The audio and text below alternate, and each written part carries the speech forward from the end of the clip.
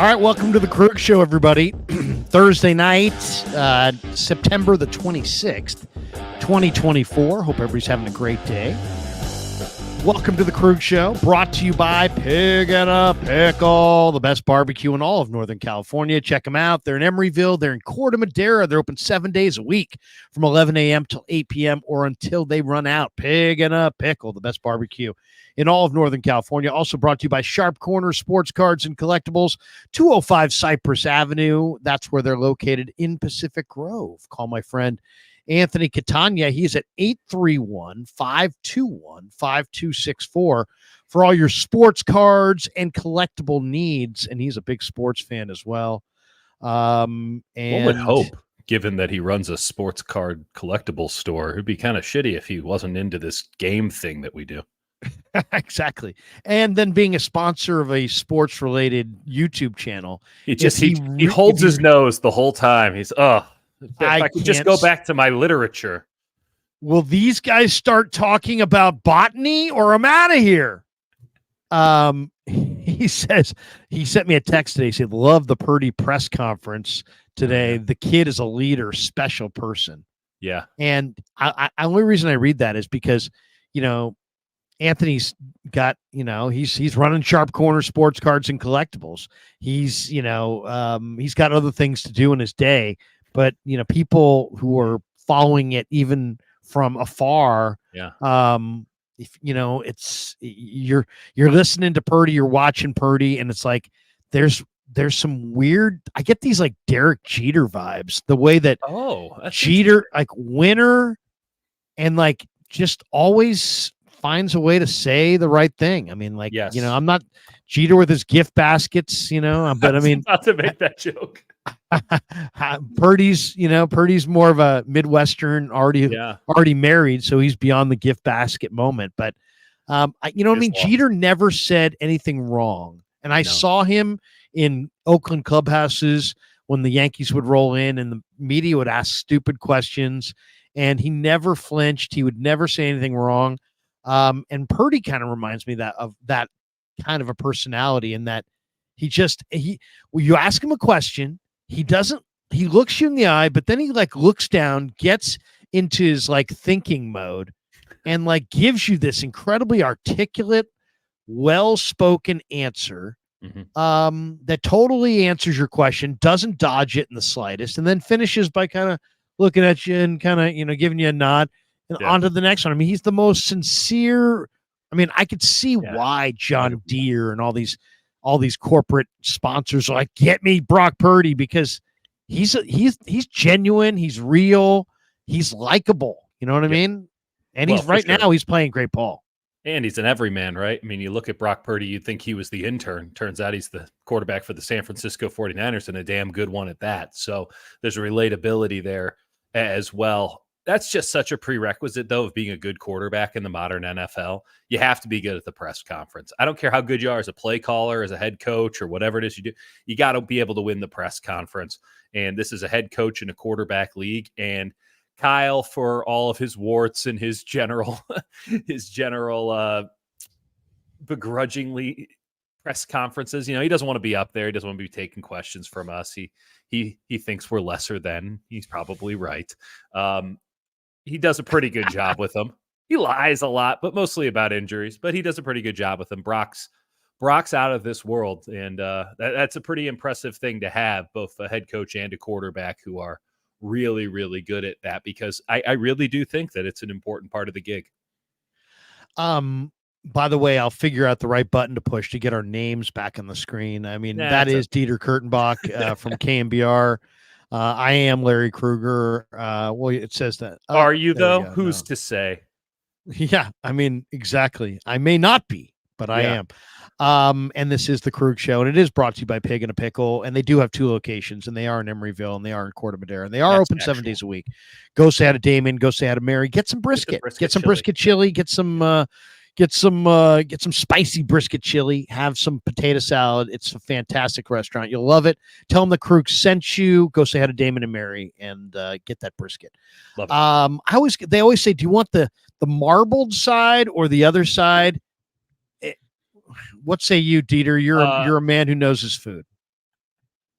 I'll take any brisket you can give me, but you're telling me that there's a side that's fattier and a side that's not. Right. Out of your side? Right. I'm gonna need that marbling, baby. I'm gonna need. We're not here for a health kick. We're here to get some of that sweet, sweet action. So let's do it right. Marbling. Marvelous marbling. Okay. So, and of course, we're also brought to you by, as you can see on the bottom of the screen, Better. Yes.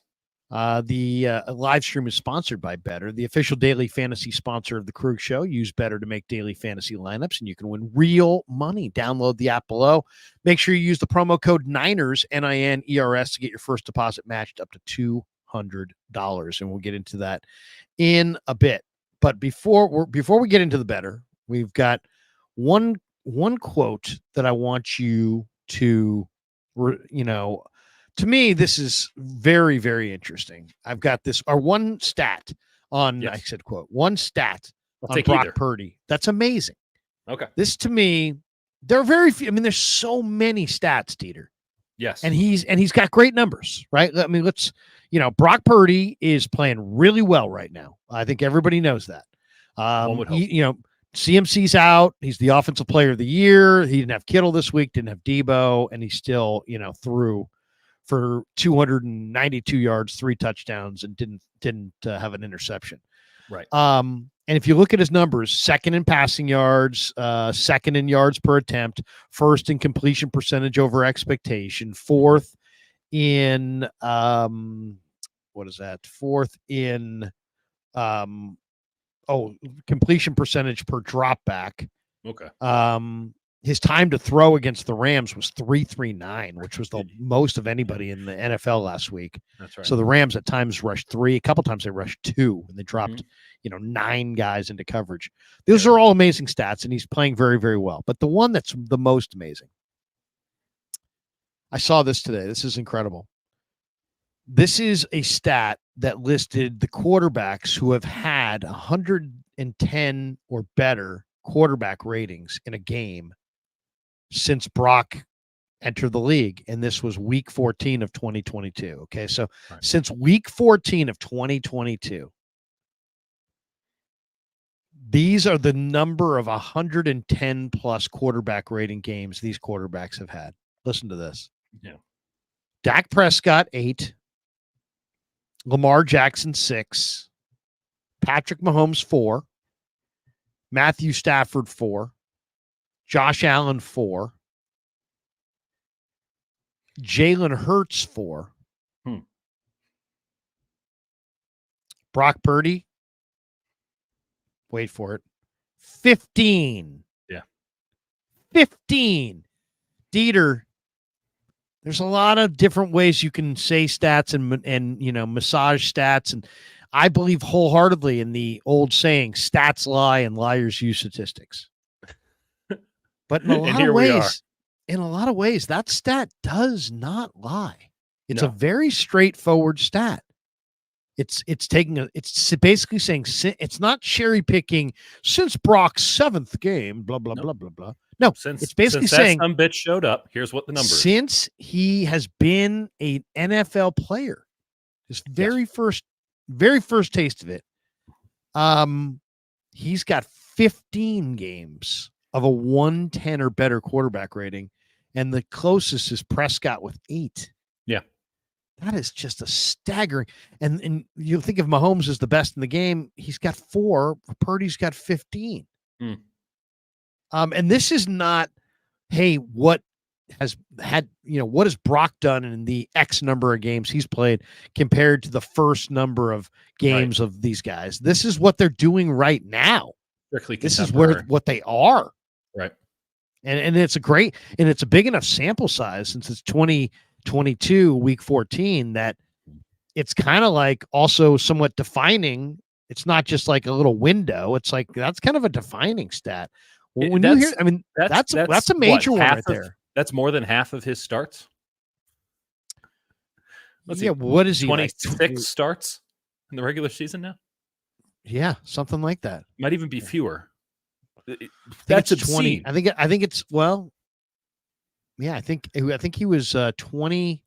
23 it's and hard. 5. I always 23 and 5 playoffs. coming into the year, I think. Yeah, I always include playoffs. So it is So what it 24 is. and 24 and 7. If it isn't half, it's sure as hell pretty close, and no one else is pulling half on that rank. It's a wildly impressive number. Two ways, if you wanted to pick at it, you could. One, none of these other guys have Christian McCaffrey, Deebo Samuel, Brandon Ayuk, George Kittle, Kyle Shanahan, probably the most important aspect of that. And two, yeah, I mean, Shanahan's system, and I'm more of a QBR guy personally than the old school quarterback rating. There are kind of always said that. You've always said you're more of a QBR guy. People know that about me. They know that I'm a QBR man. They see you coming. They're like, guy. oh, hey, this QBR guy. QBR guy. So like Dak Prescott being second on the list is also somewhat indicative. But I'll say this.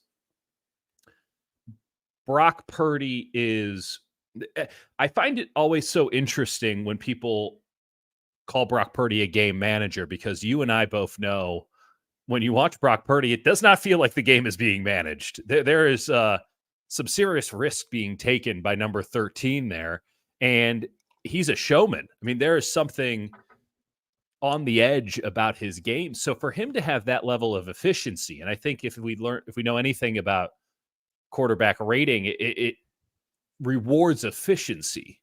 Right. As opposed to maybe the big play potential, all this stuff. Just can you complete your damn passes and not throw interceptions? For him to be that as efficient as this number suggests, and to play the style that he plays, I think speaks volumes to Brock Purdy, the quarterback. And yeah, I know that a lot of people probably look at the numbers like this and then say, oh, game manager.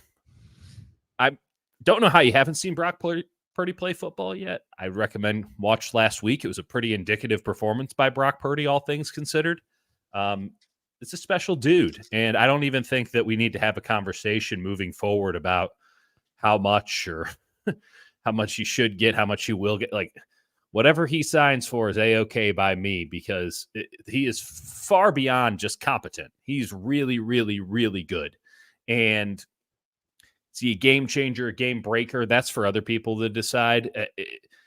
The drop-off from Brock Purdy to somebody else, anybody else, is going to be significant, because guys like Brock Purdy should not just hit the open market. They shouldn't be allowed to leave. Give him whatever the hell he wants. You don't have to worry about Brock Purdy, and that in and of itself is worth its weight in gold these days.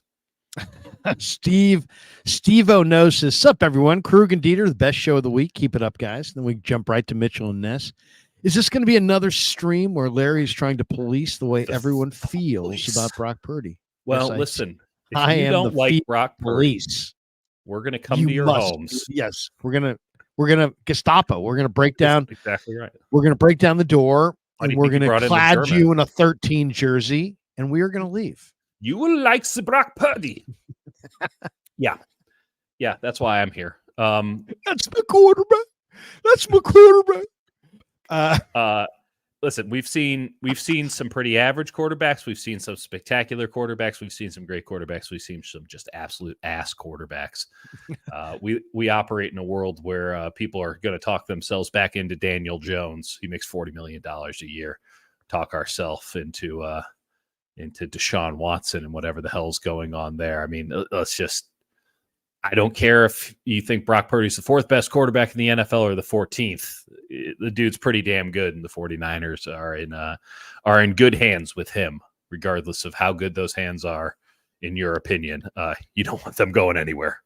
If you had to say, we'll move off of Purdy after this, but I need to police some more thoughts. It's Minority Report. If I said to you, give me 3 quarterbacks in history that you think Purdy reminds you of. Give me 3 comps on Purdy, or let's go back and forth. We'll go back and forth, and we'll go 3 each. Give me your first. I have one. The first one I would say reminds me of. I mean, I'll go super old school, but nice. I think there is a competitive. I like the quickness, the competitiveness, the escape out the back door reminded me, like he showed as a rookie. Reminds me a little bit of my youth of Fran Tarkenton running around. I knew you were going to go there. And you know what? Reminds me of Fran Tarkenton. He's because Fran Tarkenton threw for massive yards, huge yards. And Fran Tarkenton was tough as hell, smart as hell. Yep. And quick, really quick. Yes. Like you couldn't get him. Nope. And he could spurt away, and Purdy's got that spurt away. And then Fran Tarkenton was insanely competitive. Yes. And so I just think he's got he reminds me of Fran Tarkenton. I love it. That is a very apt thing. I was thinking that about 2 weeks ago. But Larry, I'm going to come back to the one that I've used time and time again because it's starting to get eerie at this point. Last year, I wrote a column saying that Brock Purdy looks like the second coming of Russell Wilson. And I'm not talking about whatever this Russell Wilson is. I'm talking about like late stage Legion of Boom and then post Legion of Boom, Russell Wilson. And we're talking crappy offensive line, making plays out of nothing, eminently entertaining, extremely stressful at times. I mean, this thing is starting to get a little bit uncanny. Now, I will say there is a difference in that nobody threw a better deep ball than Russ. And it was almost antithetical to how he looked. And all you're just like, that guy should just be kind of doing the Drew Brees thing. And he's like, no, we're bombing it deep, baby. I'm going to drop this thing into Tyler Lockett 60 yards down the field. And damned if he didn't do it every time. A little bit different with Brock. He's pushing it more to the 15 to 25 range. He's still got a decent deep ball, but that's just not the 49ers offensive game. But the way that he, as you noted earlier, stays alive in the pocket, even though I'm seeing offensive linemen completely turned around and blocking with their ass. I'm seeing them standing around. A lot of standing around for offensive linemen on the 49ers this year. I'm seeing them on their ass, and I'm seeing them flail as they cannot get hands on anybody. Their offensive line is atrocious right now, and yet Brock Purdy's back there just making it happen anyway, doing it anyway, and it's very Russ Wilson. And the sad part for 49ers fans is if the spirit has embodied Brock Purdy, if that Seahawks energy has fully infiltrated number 13, they just added a 1 to it, the unlucky 13 number, that means that the 49ers, much like the Seattle Seahawks during Russell Wilson's tenure, will never play another normal game. Not one. And I'm starting to think, given the way they've played the last couple of weeks, that's what's happened. Well, I love the Russell Wilson. And if in a way, if you really think about it, since Russell Wilson left Seattle and Brock Purdy came to the 49ers, yeah, it was like a Freaky Friday situation. Basically got the same ownage on Seattle that Russell had on the Niners. That's right. And he does a lot of the same things. If you think about a lot of those Seattle Niner games where Seattle beat the Niners, how did they finish off the Niners? It was usually Russell getting first downs with this and sliding and running it out over the line. Extending. Oh, who does it better than Brock these days? And Purdy Brock did is the that best in at Seattle. Extending the ball.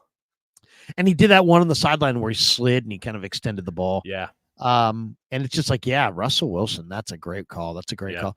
Of course, I would also go. There's a couple other guys. Russell Wilson for sure. You know, a lot of people would say Drew Brees. I know Willie Snead used to say he reminds him of Drew Brees, and he played with Drew Brees. So I always put a lot of credibility into that one. But Brent Jones told us that he sees some Montana in Purdy, and you know what? I do too, because you know Montana was another guy who was really hard to sack and very, very quick, and just a very live for football, insanely competitive, really, really, really smart, great, not just a good or decent processor, an elite processor. And that's what we're looking at. And it's hard to see. I mean, we can't see inside somebody's brain. We need a certain number of games. Play calls, right? Yeah. And we need a certain number of games of success to see, this guy can do it. And it's like Brock Purdy can do it with lesser weapons even, because he's got the right processing. So he processes well. He's accurate as hell, even though the ball that he throws does not look impressive by any stretch. But Joe's ball wasn't that impressive, but then sometimes Joe's ball was, and sometimes Brock's throws down the field are. So it's kind of a weird thing. And then the toughness. It's like, how do you measure toughness? And, Joe Montana was super tough. Brock Purdy's very, very tough. So Brent Jones said who played with Joe Montana, said Brock reminds him of Joe Montana. So I'll take that right there. I have one more to throw your way. Shorter Kurt Warner. Because it's all processing, right? Knows where the ball's got to go, offensive coordinator on the field. I think Kurt Warner, at least early, we're talking, greatest show on turf Rams, moved around a lot better than people remember. I think people remember once he got drilled into that turf enough times that, hey, he wasn't moving around all that much, but knows exactly what he was looking at, delivered very pretty balls. He could spin it now. And the command of everything. When I watch Brock at his Did you say best, pretty balls? Yeah, he does. Very pretty balls. Very smooth. Make sure. Glisten. They glisten in the air of the Edward Jones Dome. Something tells me that we're going to turn that into a promo. I don't know. Wonderful. Well, we're going to get some more ads now. I've seen Twitter these days. So it's not perfect. It's not Wilson. It's not Tarkington, which is a great one. And, Joe, I don't know if I want to go down the line of blaspheming here, but I understand what you're saying and I agree with it. But there's something about when Kurt Warner was just cooking. There was something that felt so reassuring. Not that I gave a damn about the Rams at that era or anything, but it just felt like there was a full comprehension, a full understanding that he was operating on a higher platform mentally than anybody else, and it wasn't this forced thing. There was kind of a flow state thing.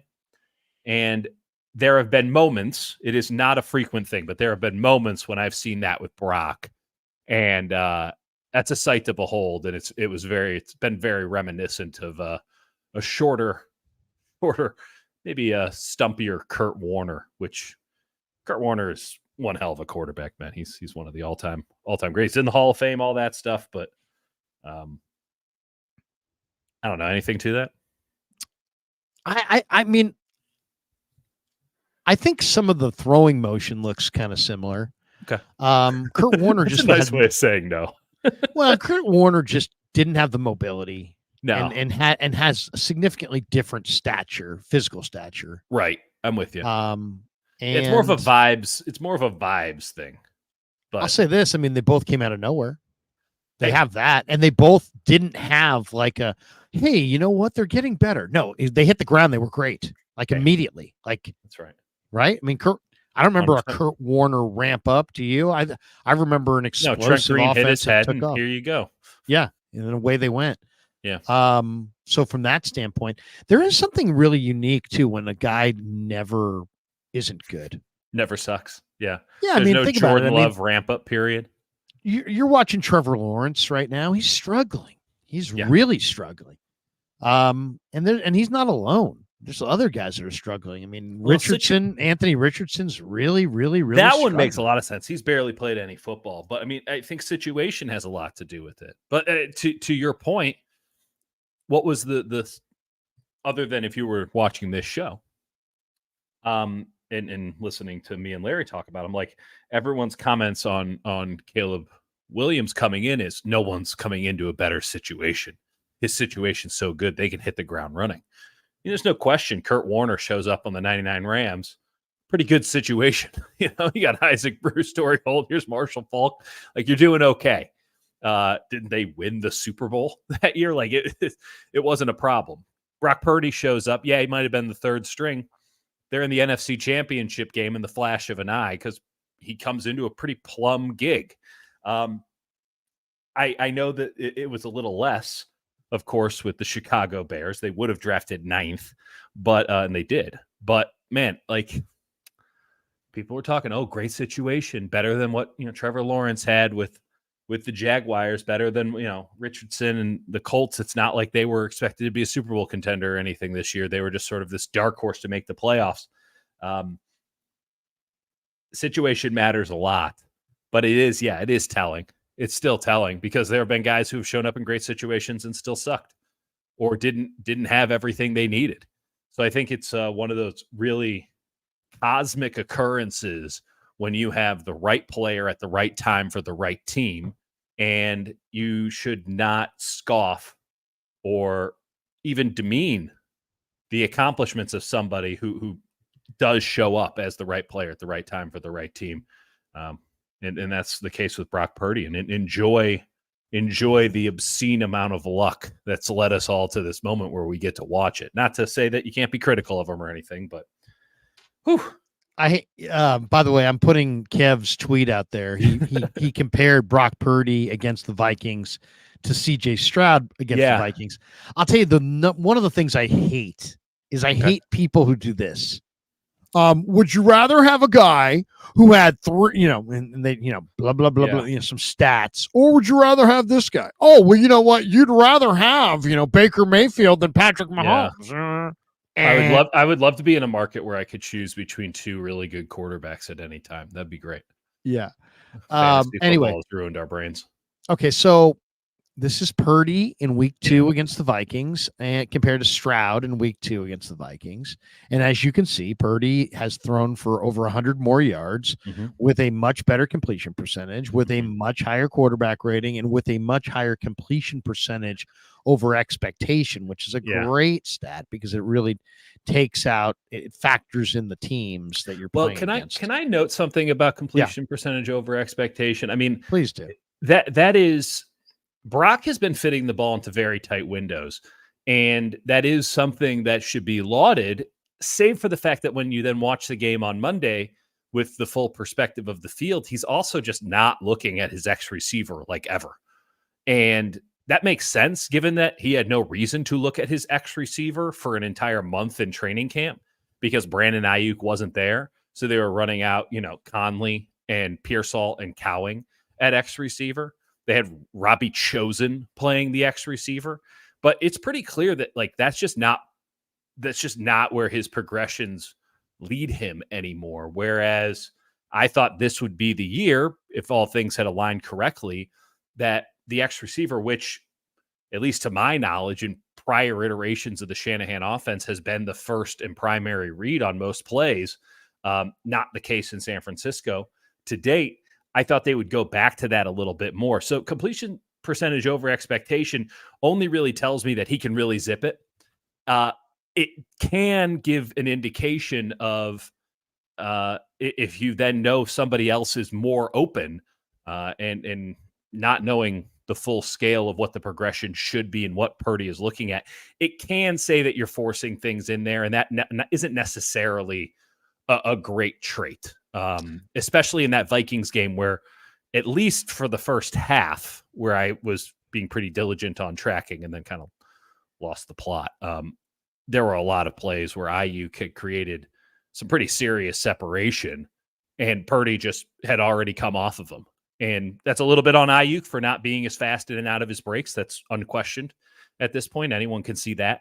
But it's also, Brock not prioritizing the X receiver for reasons that are totally understandable at this juncture in the campaign. So just wanted to say that about CPOE because it is a good stat. I like the stat. We're seeing the stat. It aligns with the eye test, but I do think it kind of cuts both ways sometimes. Purdy or Stroud? I mean, that's a great. I'll take Purdy because with Stroud, goddamn, can Stroud spin it? He spins it so pretty. But there is,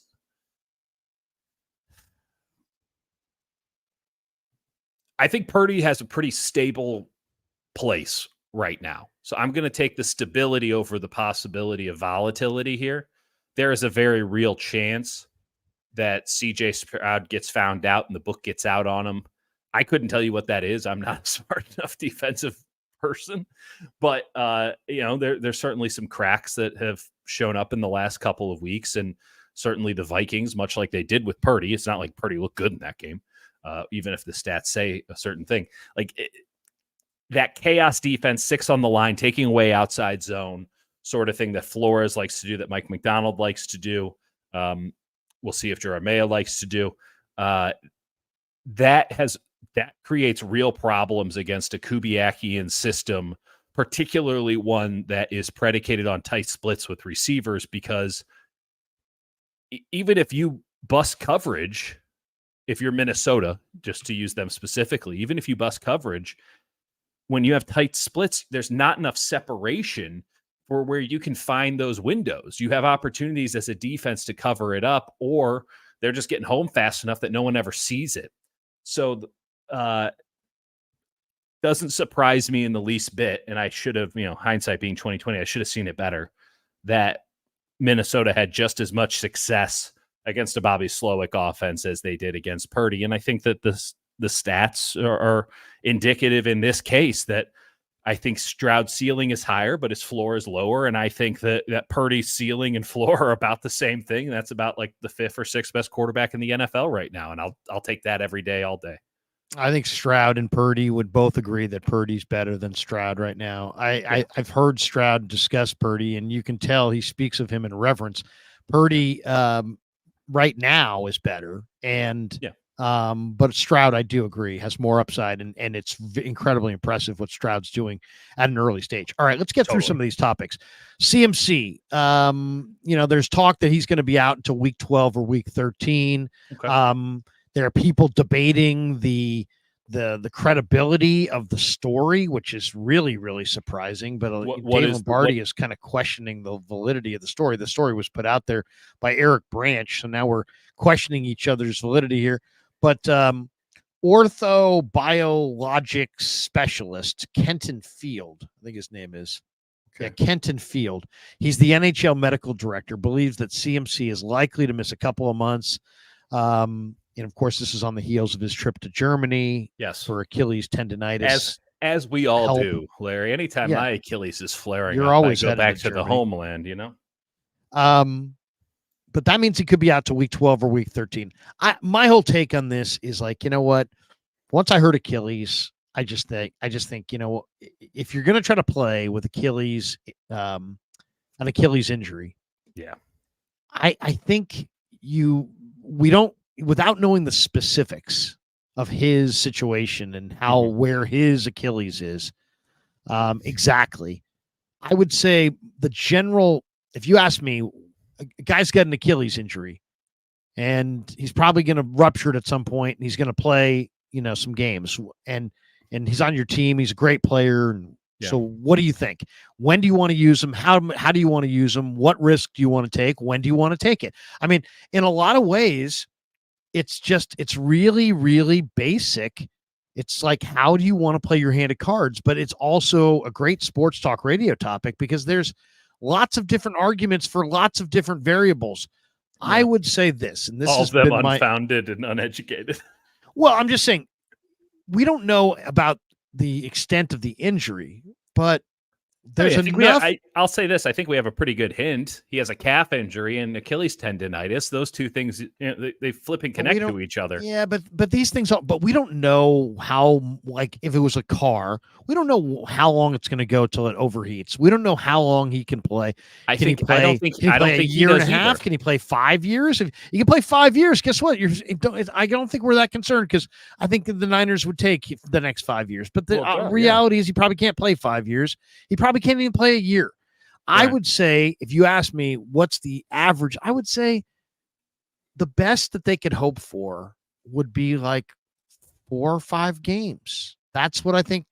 Maybe 6. Yeah. If the season's cut in thirds, I wouldn't play him in the first third. I wouldn't play him in the second third. I would try to play him in the final stretch of the year. I'd hold off as long as I could, but I'd try to play him in the playoffs. And if try to win the Super Bowl today, he'd play. He's very adamant about that, but they don't. Yeah, and but I'm just saying that's when I would play him. I would play him. Makes sense. Right at the end, because my guess he's got 4 or 5 weeks. Give me your takeaway from this latest report? The validity, all of it. Is it valid? Is it not? What do you think? All of it screams authentic to me for whatever that's worth. And not my first foray, not the Bay Area's first foray with an injury of almost this exact specificity when we're talking about calf leading to Achilles. Now, in this one, they're just being overt in saying that there's something going on with the Achilles too, which tells you how bad of a calf strain it was. This is Kevin Durant written all over it. It's the same flipping thing. And we're going to come back. I'm sure people have heard me say this before. There's really nothing else to say than you don't know when you're talking about soft tissue, when we're talking about the big calf. We don't know if that thing can handle the workload until you are on an actual football field and having to run for your life. You can think we're good to go, everything's A-okay, and then you get out there and the fight or flight kicks in because it is scary being on a football field when these men are running at you as fast as they do, looking to put pain through you. Your muscles are going to act a little bit differently. My muscles act differently with just proximity. So what would it be like if I was in pads? I can only imagine. You cannot possibly test it to a full capability before you get on the field. And the issue that Christian McCaffrey has here is that if that calf muscle can't do it, the calf muscle is not going to be the thing that gives out. It's the Achilles tendon that's going to give out. And that's exactly what happened to Kevin Durant. He had a calf thing, a calf thing, a calf thing. I can't get the calf right. I can't get the calf right. And eventually he just said, you know what? The calf is the calf, and I got to just go out there and play. And he stepped on it once after just putting up mad numbers in Toronto, and he stepped the wrong way once, and it wasn't the calf that went out. It was the Achilles that went out. And Christian McCaffrey's got to be looking at this, and he's got to know the history, and he's got to, I'm sure he's been told stories like that a million times over, and he's got to be scared shitless. Because if his Achilles goes, the Christian McCaffrey that we know is done. There's no coming back at his age with his miles to being Christian McCaffrey, NFL Offensive Player of the Year, after you tear your Achilles. So that's why he's going to Germany. He might even still be in Germany. That's why he's getting some pretty advanced blood work done and injected into his calf and his Achilles right now so that he can get some stem cell growth to get that thing healed up to whatever degree. This is the reason why the 49ers can't commit to him coming back anytime soon. And while we're here having a conversation about, well, do you just use him? Because it's a ticking time bomb and no one's going to know what the clock says on the bomb until you get on the field. And that's when the clock starts. And it could be 10 seconds or it could be 10 years. No one knows. And that's got to be so scary. It's got to be just petrifying for Christian McCaffrey. I feel for him.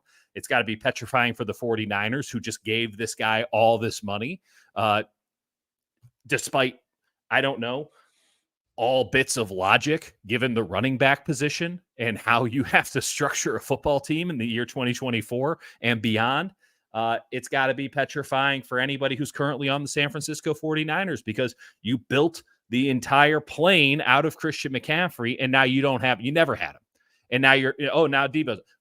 Anything that happens from this point on is adding insult to injury, literally. So this was always going to be something that was just going to be a consistent nag on the season. Even if he were to play, it would be a constant, hey, you feeling okay? Everything okay? Is this thing going to go? It was just going to be defined from the jump as the Christian McCaffrey calf season. The second that he didn't play in week 1, I see no reason to believe that that's going to change. And as for when do you play him? You play him whenever he says he's ready to go. Because you just have no idea if the bomb is going to go off instantaneously, weeks from now, years from now, or ever. You just have no idea until he gets on the field. So if he's willing to take the risk, you roll the dice. That's all you can do at this point. And that's the injury on that front. The other injury, today was a bad day. Obviously there's no Javon Hargrave. So what does that mean? Yeah. That means that the other guys have to step up. Kevin Givens, Jordan Elliott. Oh, wait a second. Jordan Elliott this afternoon reportedly injured his foot during the practice. Now, I didn't see it, but he was carted off the field. So obviously that suggests that it was very, very serious. He was listed as limited. Because when you practice a little bit and then you get taken out of practice, you are technically limited in practice. Yeah.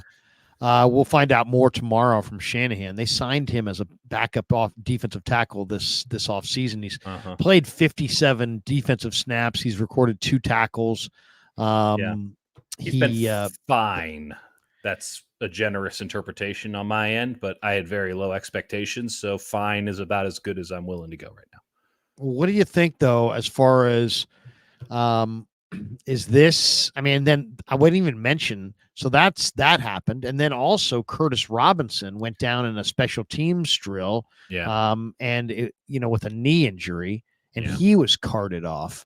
That's bad. So are we starting to get into a situation where the injuries are not just kind of a bummer, but they're an overarching theme / excuse for why this season's going down the tubes? I mean, is the season going down the tubes? Have they reached the injury, tilting point where it's just too much to overcome? Where are you on the Niner injury front, especially if they lose Elliott and, if they wind up losing Robinson and Elliott?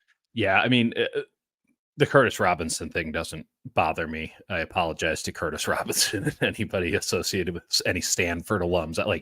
Sorry, man, it just doesn't do anything for me. I feel bad. I legitimately feel bad about that. It's a very callous thing to say, but Curtis Robinson getting injured doesn't move the line. I'll say this. I'm a Mizzou alum, so I'm supposed to be rah-rah about Jordan Elliott. I'm not, never have been, not my cup of tea. But Nick Bosa said something interesting on Wednesday, which is that Elliott provides, at least in theory, and perhaps nothing more than theory given the injury news today, he provides a different look up front.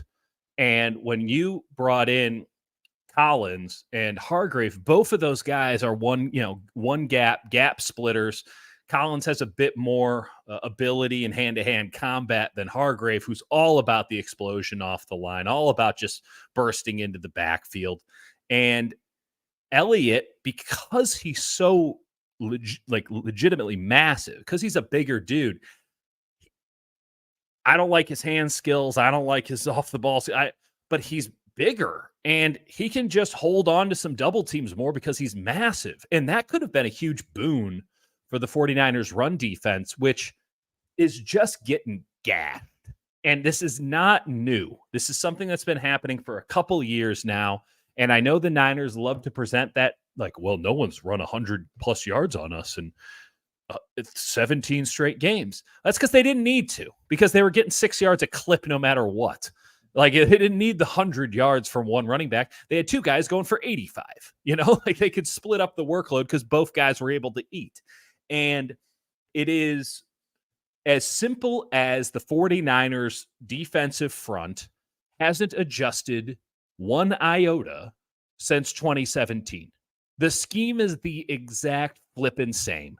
And we saw what the 49ers were able to do to the Jets in week 1, who run the same bullshit wide 9 one gap scheme and have no variations on it. Not a fan. No, I just not a fan of the scheme. I would like some variety in the scheme.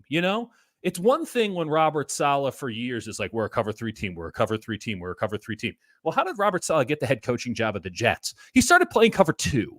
He started keeping 2 safeties high and playing quarters and cover 2 and some cover 6. He actually mixed up his defense because, I don't know, playing the same flipping defense every set, unless you're the goddamn Seattle Seahawks circa 2012, it ain't going to work. These guys are really good at calling plays. And if you show them the same look every week, week in and week out, it's going to take them about 45 minutes on a Sunday evening after their game to figure out exactly what to dial up. They'll have the menu already done, and they're going to really drill those plays in. So you have to mix it up a little bit. You have to, I'm not saying even disguise coverages. You just have to have other things that you can do so that they don't know exactly what you're doing, because you're going to get got every time. Chris Kasarik, great guy, does develop pretty well. He finds the right guys for the scheme. They don't stunt. They don't do games. They don't do anything other than one gap and go. And if they want to get fancy with it, they go 2 guys wide 9. And so what happens? You run jet, or you run a duo block, or you run and you just wash out, whether it's Javon Kinlaw or Javon Hargrave or Jordan Elliott, as we've seen, but like they just wash out these dudes because to run inside zone, all you need is one double team, and these guys are screwed because they can't hold up because their entire game is predicated on getting pass blocks. They're not getting past two dudes coming at them at the same angle. So it's very frustrating to watch because there's just nothing dynamic happening, and any offensive line coach worth his salary knows how to attack it. And we've seen that for the last 2 weeks. We're sure as shit going to see it on Sunday. And they're in a real pickle here because as much as I like Givens, because they don't have the horses. I mean, we're at a point where it's time to start looking around. I mean, Evan Anderson, they brought in Shaquille Brown. They have Evan Anderson. Those guys are really, really raw. I mean, Anderson is. They just brought up T.Y. McGill. They're going to activate McGill, but he's a one gap penetrator and he can do some things for a few weeks. But they don't really have the issue. Larry. They've lost a very strong player when you build your entire roster, and this is the right thing to do. But when you make sure that everybody on that line is built for that specific scheme, but that scheme is getting gashed. It's not just the players, it's the scheme that's getting gashed. Like, are you? I never watch Prawn. I'm not a big fan of Prawn. Prawn, the former Disney film with the motorbikes. That says Larry is watching Prawn while Dieter is talking. Butthead was watching Prawn while typing in that comment. He only had one hand. He could only get to the hour. Yeah, see, that's what happens when you watch too much Prawn. Well, hold the thought. The live stream is sponsored by Better, the official daily fantasy sponsor of the Krug Show. Use Better to make daily fantasy lineups, win real money. We've actually done it and won real money. We hit a 4-team prop or 4-player prop at the end of the preseason. Download the app below. Make sure you use the promo code Niners to get your first deposit matched up to $200. All right, before we go back and talk more about the Niners and their endless list of injuries and issues and complain more, let's take a look at this weekend's action. That was the tease, Kev. Let's take a look at this weekend's action. Hi, Kev. Or not. Let's take a look. Larry, I'm happy to keep bitching about the wide nine. I think I had to stop. I couldn't handle any more Dieter bitching about wide nine. I was losing. I felt like there were people still joining the audience, joining at that point, but it wasn't like we were losing people. But I felt it was slipping a little bit. Anytime you get into duo block talk, I mean that's how you bring them in. Seriously, a combo on. Jordan Elliott. You're right that they don't have the horses, but they also made sure that the stable is entirely filled with horses that can only run one race. And now they need some variety. Like they need a little something. And in a weird way, Elliott was going to provide that on just sheer mass. And now he's not around. I really shudder to think what the Patriots can do to him because they don't have anything else they can do but run it. What the fuck's Kyler Murray going to do to him or James Conner? Ramondre Stevenson is a bull. I mean, I'm going to talk about the Patriots in a minute here. Yeah. Jim Everett the Great says Larry Legend Krueger predicted Rams sweep the 49ers. I did. Wow. And we'll see if it happens. It was a guess. Michael Pig in a Pickle. There you go. Yeah. All right. Kev, are we going to take a look at the Better? Kev was watching Prawn, so he has to get it off his phone here. I mean... I thought we were going to go to the Better right here. Thought we were going to take a look. Larry doesn't get paid unless we look at Better. Okay, so you want to what do you got? Well, let's see. He needs a second. Yeah, don't we all? All right. So let's second defensive tackle. Let's Am I off on any of this, Larry? Am I off about the wide nine and the straightforwardness of it all? You are off. I mean, here's the thing. It's not about the scheme. It's not about this. It's a defensive line deal. Defensive line's not about the scheme. Defensive line is about the guys. It's about, do you have the guys? You can run any scheme you want. It's literally about the horses. Do you have the horses? And that's the problem. They don't have the horses. They used to have literally 2 starting caliber lines where like guys like a Menahue and Ebukam were like their backup guys. That's right. Now, if they had a Samson Ebukam or an Menahue, those guys would start. Now you've got 60 Beal. snaps a game. Yeah. You've got Beal. I mean, I love Sam Ekwonu, but Sam Ekwonu was the second best defensive end in the Rams game. He's playing well. I mean, Sam is playing well. But I'm just saying, it's like they don't have that depth there. It's a problem that we're talking about Sam Ekwonu. Yeah, it's a problem. I mean, he's playing well, but I mean, their lack of depth along the defensive line is very, very concerning. The other one today that I couldn't believe is they're not willing to. I mean, surrender. Right, let's do this. We're doing 2 things at once. All right, let's do this. This live stream is sponsored by Better, the official daily fantasy sponsor of the Krug Show. Use Better to make daily fantasy lineups and win real money. Download the app below. Make sure you use the promo code Niners to get your first deposit matched up to $200. All right, we are ready. Cool. We are ready. Let's go to Jacoby Brissett. Let's. I am ready to not just wager. I am ready to win. All right. It's an important part of wagering. I like more than 6.5 on longest rush. Wow. For Jacoby Brissett. I've watched games. I've watched all the games. Okay. It's not about, this is one of the best running quarterbacks in the NFL that doesn't run fast. Yes. This guy knows exactly when to run. And if you ever get out of your lanes, he will absolutely take whatever yardage you give him and go to the next play.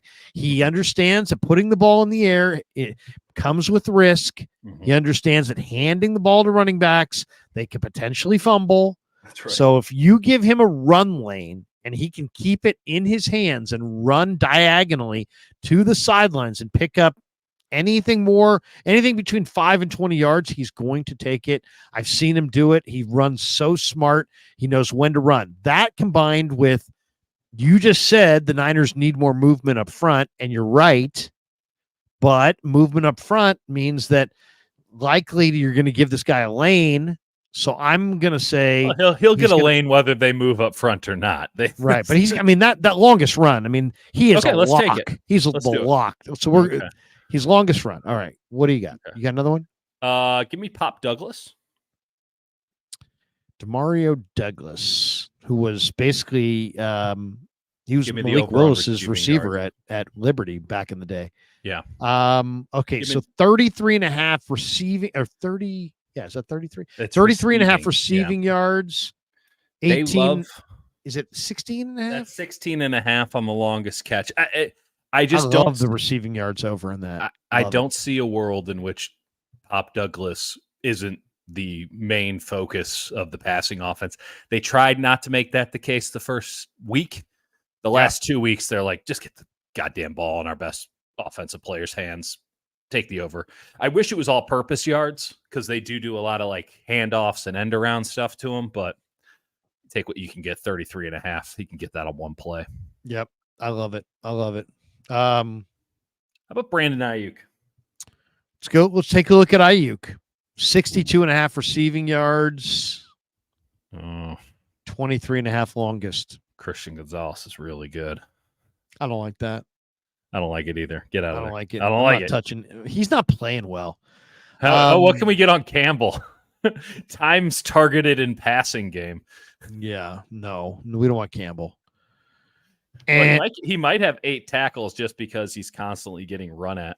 Let's look at the Patriots again. Let's look at Jordan Mason. Sure. I think you can run inside on these guys. I watched Cincinnati do it. 84.5. That's a high number. That's aggressive. It's a high. How about a longest rush of 16.5? Oh boy. What do you think of that? I like that. How about, you know what? He's good. Wait a second. I just saw a stat that I think he's like among the leaders in the league in 15 to 20 yard runs or something like that. Yeah, but you see, now we're playing at the top. We're playing 16.5. It screams off to me because the Patriots are sound, even if they're giving it up. Like, it feels like 11, 12-yard run as opposed to the 20-something more. What I like is 19.5 rushing attempts over. Ooh, over right? 20 carries. Give him 20. Like, I feel like he has to be in the 20s. I saw nothing from Guerrendo that makes me think that the Niners want to work him again. Were you there today? Game. No, I was at the A's game. Chris Forster today, when he was asked about Guerrendo, was like, "I love him. I love him." So what's not to love? I mean, I know. Except for the production, because he's never. So if he runs up his offensive lineman's backs and has no feel at all, right. Nobody loves him. But he did then say, if we can get him in space, and that's the deal. I love him in space. You love him in space. Everybody loves him in space. Yeah. But he's a running back, and running backs more times than not have to operate in small areas and short areas without a lot of space. And without a lot of space, I don't think this guy's worth anything. But in space, I think this guy is really unique and unlike any other player they have. And I kind of agree with Chris in that when I watch Guerrendo, I'm right in that there's no feel. I mean, zero feel. 100%. And I'm not backing off that one iota. Nor should you, because it's the correct statement. But the upside is still vast because he's so explosive. He's Raheem Mostert 2.0, except Raheem doesn't. Raheem Mostert was pretty heavy, actually. Raheem wasn't as big as Guerrendo. There are two guys in the history of the NFL to run as fast as Guerrendo at 225 pounds or more. Right. One of them is Guerrendo. Who's the other one? DK Metcalf? I don't know. That's right. DK Metcalf. What? No. Yes. Yeah. There's two players in the history of the NFL to run as fast as Guerrendo at the combine at Guerendo's weight or higher. And the only other one is the freak of all freaks, DK Metcalf. I'd like him too. I'd like him too. On just sheer possibilities and spec. If you can teach that guy a little bit of football. This is the NFL. I mean, DK Metcalf had a worse 3-cone drill than Tom Brady, but he's still one of the dominant forces in the game because he's straight line fast and so big, so strong. And Guerrendo doesn't have running back instincts, but I'm not saying he's a bust. Like people hear me say that, but Krug, you've been bitching, you've been hating on Guerrendo. No, moron. I'm not hating on Guerrendo. Hey, leave the moron family out of this. I'm not hating on Guerrendo. I'm just saying he's got no running back instincts. But guess what? There's other positions and there's other things you can do besides running between the tackles. He's got an ability, if you can get him in space, especially without Christian McCaffrey. You need big play, big chunk yardage plays. You need explosiveness. Guerrendo, I think it might be the solution to how do they get through the season without McCaffrey. If I was Chris, I'd talk him up too. I want to see Guerrendo in space, isolated, getting the ball 4 or 5 times a game. That's what I want to see. I'm with you. If you can teach that kid to run outside zone, it's game over. But I think they thought they had a year to do that, and guess what? They did. Because I'm gonna say 9.5 receiving yards over Jordan Mason. Okay, I like the over on the attempts, but that's me. I can go with both. Let's go with both. We're going all in on Mason. Cool. Yeah, absolutely. I think he's going to get the ball a lot. I think they're going to throw it to him. I think they're going to hand it to him. I could see curiosity, what's Jawan Jennings' numbers look like after one of the great games of all time? 47.5 receiving yards. We're going over on that. I think that's fair. I think he's the second. That's just like that screams that Better's estimator doesn't believe in JJ. Or they think that Deebo Samuel's about to play, which he was limited in practice today. But even if JJ's so reliable, that we're going over on that. All right, let's see what we got. We're living dangerous. So we got Brissett over 6.5 yards longest run. Love that. Demario Douglas over 33.5 receiving yards. That's done. That's absolutely going. 19.5 rush attempts on Mason. It's a little bit of a guess. on on just usage, because the Niners are so they got to have it. They're conservative on their usage, but you know what? This is the kind of game where I could see that. Totally. And then Jennings, 47.5 receiving yards. I mean, that's no question. Do we want one more? I thought we had a Purdy one in there. No, we didn't even look at Purdy. Let's go Purdy real quick. All right, let's talk. Let's take one more Brock. look at. See what better. See what the Brock cornfields mazed. 275.5 passing. That's rich. 1.5 passing touchdowns. That's hot. 7.5 rushing yards. I like that. Yeah, that's we're all in on scrambling quarterbacks. Well, because you know why? Because the rushing yards is you know. Well, Larry, scramble is a rush. Okay, right? So Larry, do you want 7.5 rushing yards? Because they might lose. We saw this happen with Patrick Mahomes this week. You lose them on the kneel downs. You lose. I'm not worried about that. I think Purdy's going to have like you got a 6.5 longest rush. Let me see if I got this right. Right there. Yeah. That feels like a safer play. But that's just me. I kind of like that one. Let's go that one. Let's go 6.5 longest rush. Which is the same as the Jacoby Brissett one. Yeah. There we go. All right, now let's wager. I say you put the mortgage on it, Larry. We're putting everything on it. We're going to put it all on it. Does it take Volvo station wagons? Because I am willing to bet one. 40? 40 to 1. No, 10? What do we got here? Let's go 20. We go 20? I think Kevin went 10. Oh, wait a second. Failed to submit entry. Oh, try again. It's too good. They know they're about to lose their money. Exactly. We say no. Yeah, we say no. It's like when you get banned from a book for being too good. There we go. Well, Larry, this has gone great. Well, so far we're getting tonight. Better. There we go. We're trying. Oh, there we go. Now we're gonna bet 20, right? No, 10. We're going keep 10 saying again. 10. I feel like Kevin's setting us up here. He knows Kev's hoarding all the money. Yeah. He doesn't want us to win. He actually bet that 15 times now, and he has a fake load screen. It's like Ocean's 11.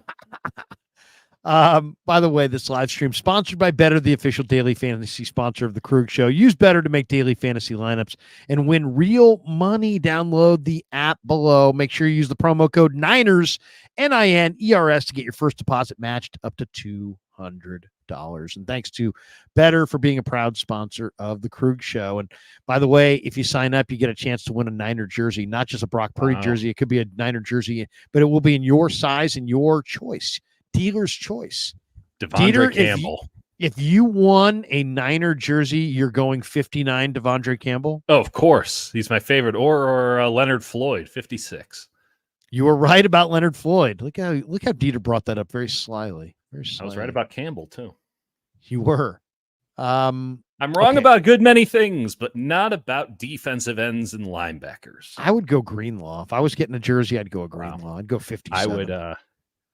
I would not wear. Larry, I got to be honest here.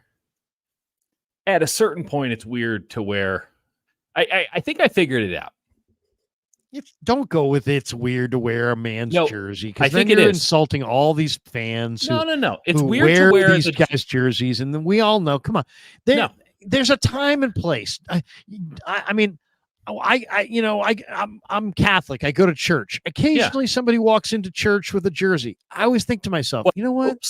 Wrong time, wrong place. Take your jersey off at church. I'm not arguing, but about you know that. what? I'm saying, other than that, I don't have any rules about jerseys. Gary used to say you can't be 40, you can't be this, you can't be that. Take the jersey off.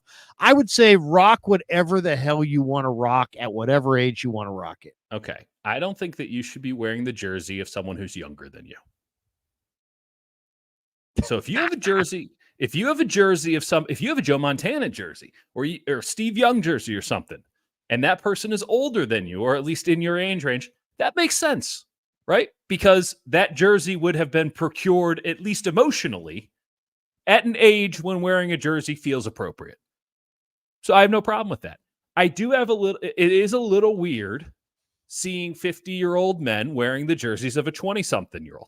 I think it's a little weird, especially in this day of age where there's a fucking logo on everything. But they're fans of the team, and that's great. You can wear a million different quarter zips or polo shirts or t-shirts. Where is I'm not a jersey guy. In fact, I don't know that I've ever worn a jersey more than once or twice. Like I did some commercials for like a company that sends you jerseys and that kind of thing.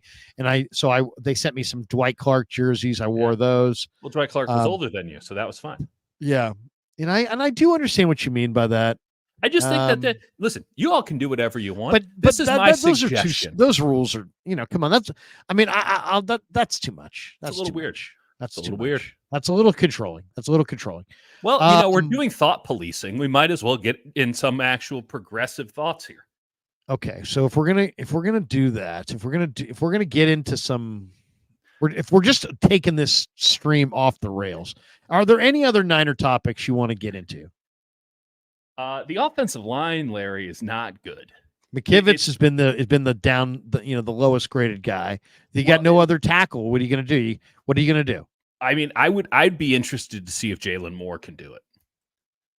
I would. Instead of Colton? Yes. You do have another tackle. See, I'm not there yet. I'm not saying I can't get there, but I'm not there yet. Okay. Well, I mean, here's the deal, because it's reflecting on Purdy too. McKivitz's inability to get even hands on people when they speed rush, and is so easily pushed out of the way when he does try to get his hands up because they're typically late. It's now putting Purdy in a spot as well, to where if that guy comes inside, Purdy is having to do two things at one time. He's not ready for it. I know. He's not ready for it. I don't know how good Jalen Moore is, and I know McKivitz won't whiz down his leg. McKivitz has played in a lot more big games. I don't know. I mean, I don't think the upside potential was there. If Jalen Moore were enormous, strong, incredible, if he had traits that were in any way, it was a trade-off, right? Yeah, this guy's bigger, stronger, and longer, and but he's not. He's just like they're basically both kind of undersized guys. I don't see any advantage. I'll go with McKivitz. Let me ask you this though: beyond if we grow the discontent beyond tackle, okay, I'm giving you one roster move, that you can make going into week 4. What's your roster move? You can take what they did in week 3, and you can take one guy and put him in, not including the Hargrave maneuver, because obviously he's not coming back, so they have to fill that one. But beyond Hargrave, give me one guy. One move you want to see. It's tough because the right answer. Burford played right tackle today, by the way. Yes. I'd like to see it. The correct answer, which makes me look smart, isn't viable right now, which is play D Winters instead of Devondre Campbell. And at least why is that not viable? Because Winters is injured. He played today. He practiced today. Didn't he leave practice with the injury?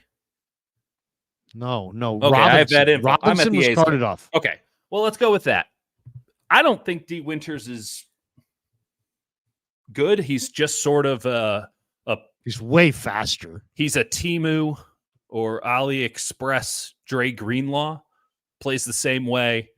Doesn't form tackle. Just kind of flying around. He's a chaos agent. I'd rather have that than someone who's slow, albeit cerebral, but just slow. Because Sean McVay just had a field day with 59. And it was so obvious. It was so obvious that it was going to happen after week 1. And Kevin O'Connell just put him in the blender again and again. And then Sean McVay's like, let's not even pretend we're not doing this. We're going to run Kyron Williams on a Texas route out of the backfield right at 5'9". We're going to isolate him on our protections. We're going to, when we really need a big play, motion out our tight end, forcing Campbell to go out and have to guard him one-on-one, and we're just going to pick up 40 easy yards. I mean, McVay could have done it all day. He didn't want to because he has some class about him. And if Kyle had some sense about him, he'd go to Nick Sorensen or Brandon Staley or whoever the hell runs the defense and says, hey, this guy's killing us. And if I were the offensive coordinator, I'd be just destroying you 5'9". Throw in the chaos agent. Worst case scenario, we got to go back to Campbell. But that's where I would go. You give me one more, give me the Nuge. But they'll so go to who do you want in for Campbell? I want 5'3" for 5'9". I want D Winters in for Campbell. Yeah, okay. I'm there. I like that one. I like Winters. It's funny. I can give you a bunch of them now that I think about it. Give me Renardo Green for Yadam. Yeah, that was what I was going with. I want Renardo Green for Yadam. Yadam's just in a trail position at all times, and Green is much more of a challenging. Green will challenge you. What did we miss with Yadam? He looked awesome in camp. Yeah, I mean, he doesn't have top level. He's these. I'll say this. Everybody for a long time talked with such loving terms about these tall corners. Yeah. But you know what? If you study corners really closely, the game is the receivers are so athletic. Yeah. That you have to prioritize athleticism over size. Yeah, and so that means extreme athleticism comes in different heights. Mm-hmm. So in a lot of ways, I would go for smaller guys because you get great value, because nobody wants to draft a 5'8" or a 5'9" corner. They all want the guys who are 6'1". But guess what? If you're 6'1", 6'2", and you can't, it's all about your ability to mirror an elite athlete up and down the field. And it's harder to do at 6'2". Now, the best guys who are 6'2", the Sauce Gardners, that's why those guys are going to the Hall of Fame. So if you can get a guy who's 6'3", 6'4", and he can, play man coverage and man up, that's incredible. But if you can't, then that's a problem. So I would say definitely Renardo Green. I think Renardo Green might be their best coverage guy, better than Lenore, better than Mooney. I think Renardo might be the best cover guy they got. And I think that if we don't discover that, if we don't see him out there till week 10 and he becomes the best cover guy, on the team, there's going to be a lot of hell to pay. So I say Yadam out, Renardo in.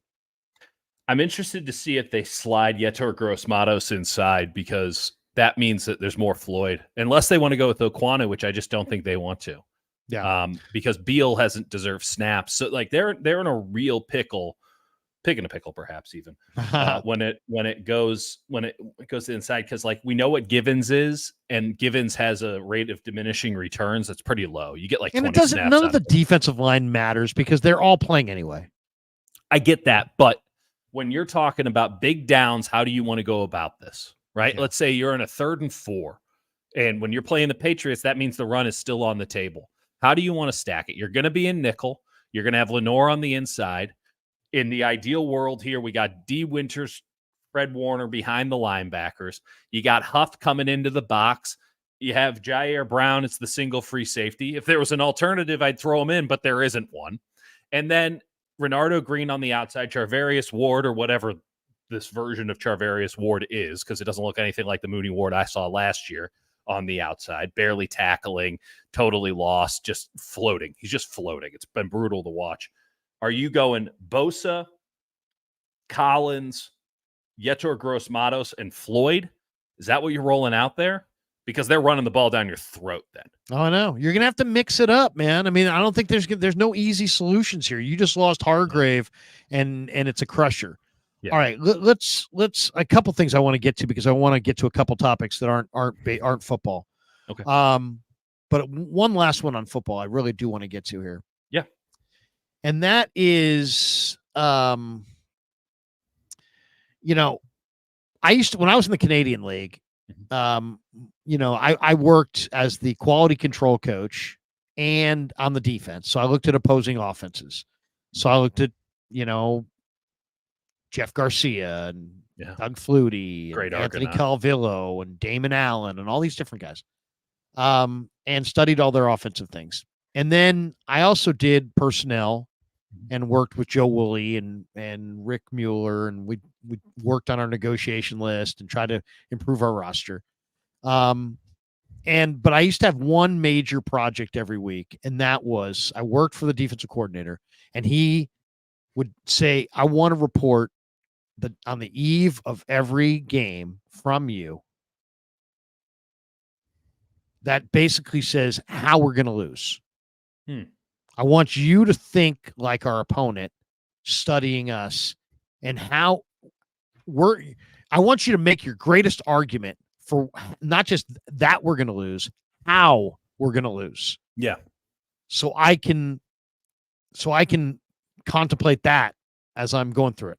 That's some real winner mindset right there. I want to think about how and it was a hard thing to do, right? Because it's like I had to factor in like what they have done, what we do. I know what you think their coaches, what their coaches are going to think, what their tendency is. Yeah. So then you had to kind of know who the play caller was and something about his personality. And so sometimes you had to go watch him in other games to see what he likes to do in certain situations. You could look at the numbers, but you had to watch the film.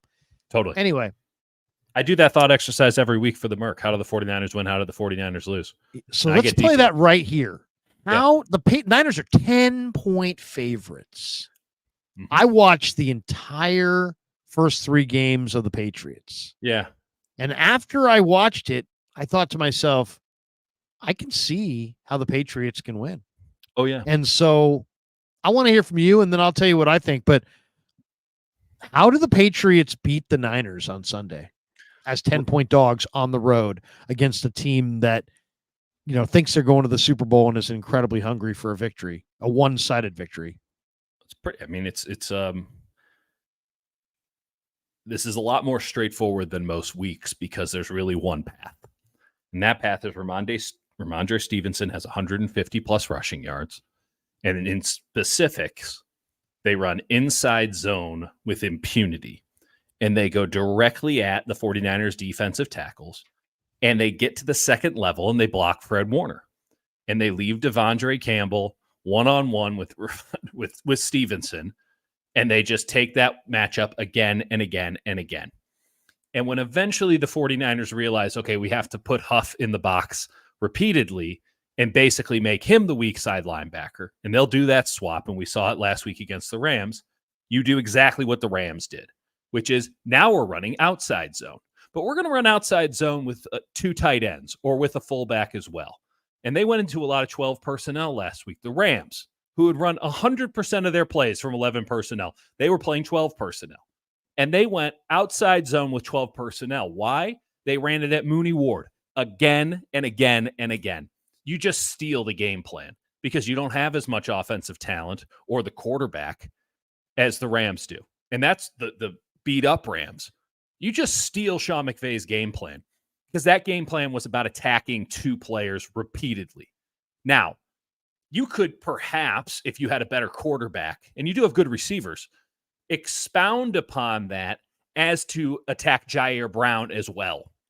And then maybe on a if you're really getting tertiary here, you could say Isaac Yiadom get in the mix too.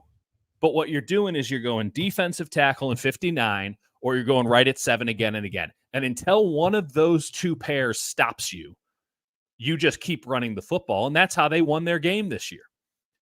On the flip side, they got a very sound defense, even if it lacks explosion. And it's an almost impossible ask, but probably easier with this 49ers team than most because of what we talk about all the time with separation and things like that. With Ayuk getting out of his breaks a lot slower than he looked last year. And I even went back and watched last year's. I mean, it's just kind of, he looks like he's molasses. Which Juwan Jennings, who just doesn't separate, he's just a tough son of a bitch who, if you get the ball anywhere near him, he's coming down with it, as we saw last week when he mossed that poor fella.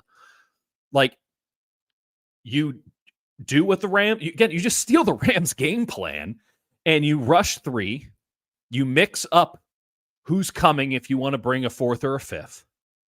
You try to get as many people in the box as possible and then have them scatter like the Vikings did the week before that.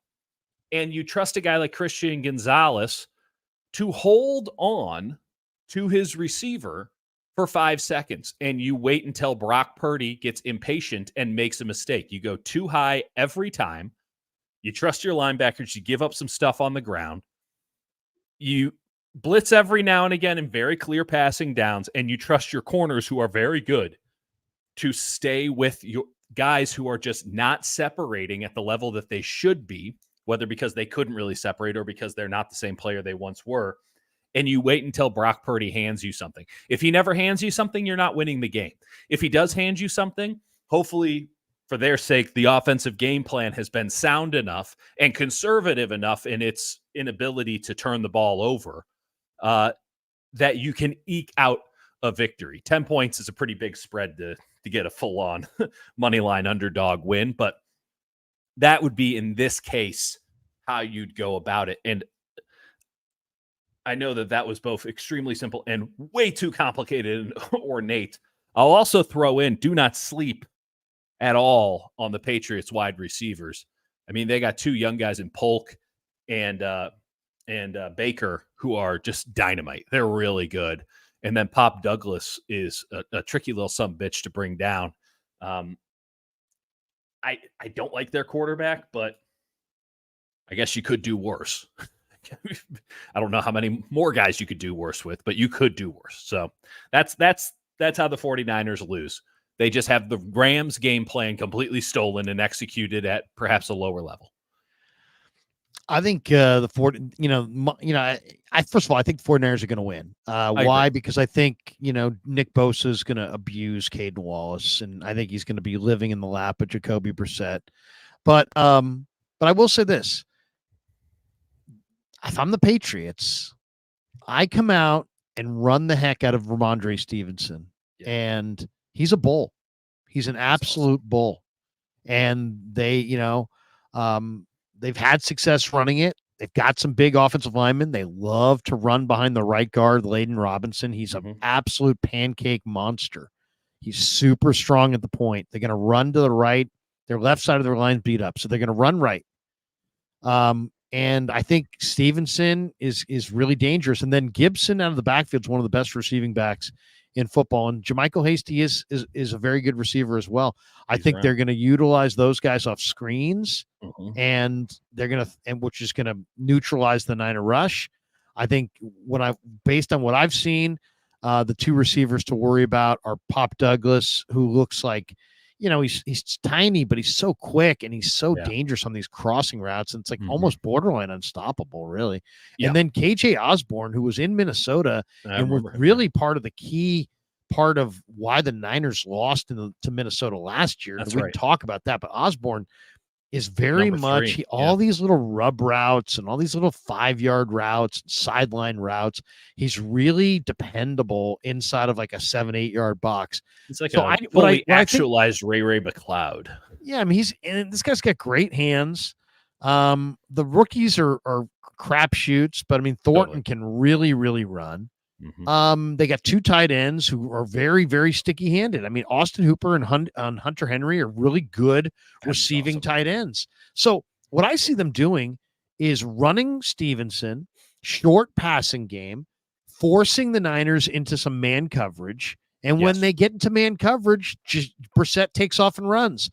He's got great feel of when to run against man coverage. If you give him a lane, he will, he'll take it. Excuse me. But he definitely runs against man-to-man coverage, and he's a great runner in that he knows when to run, how to run.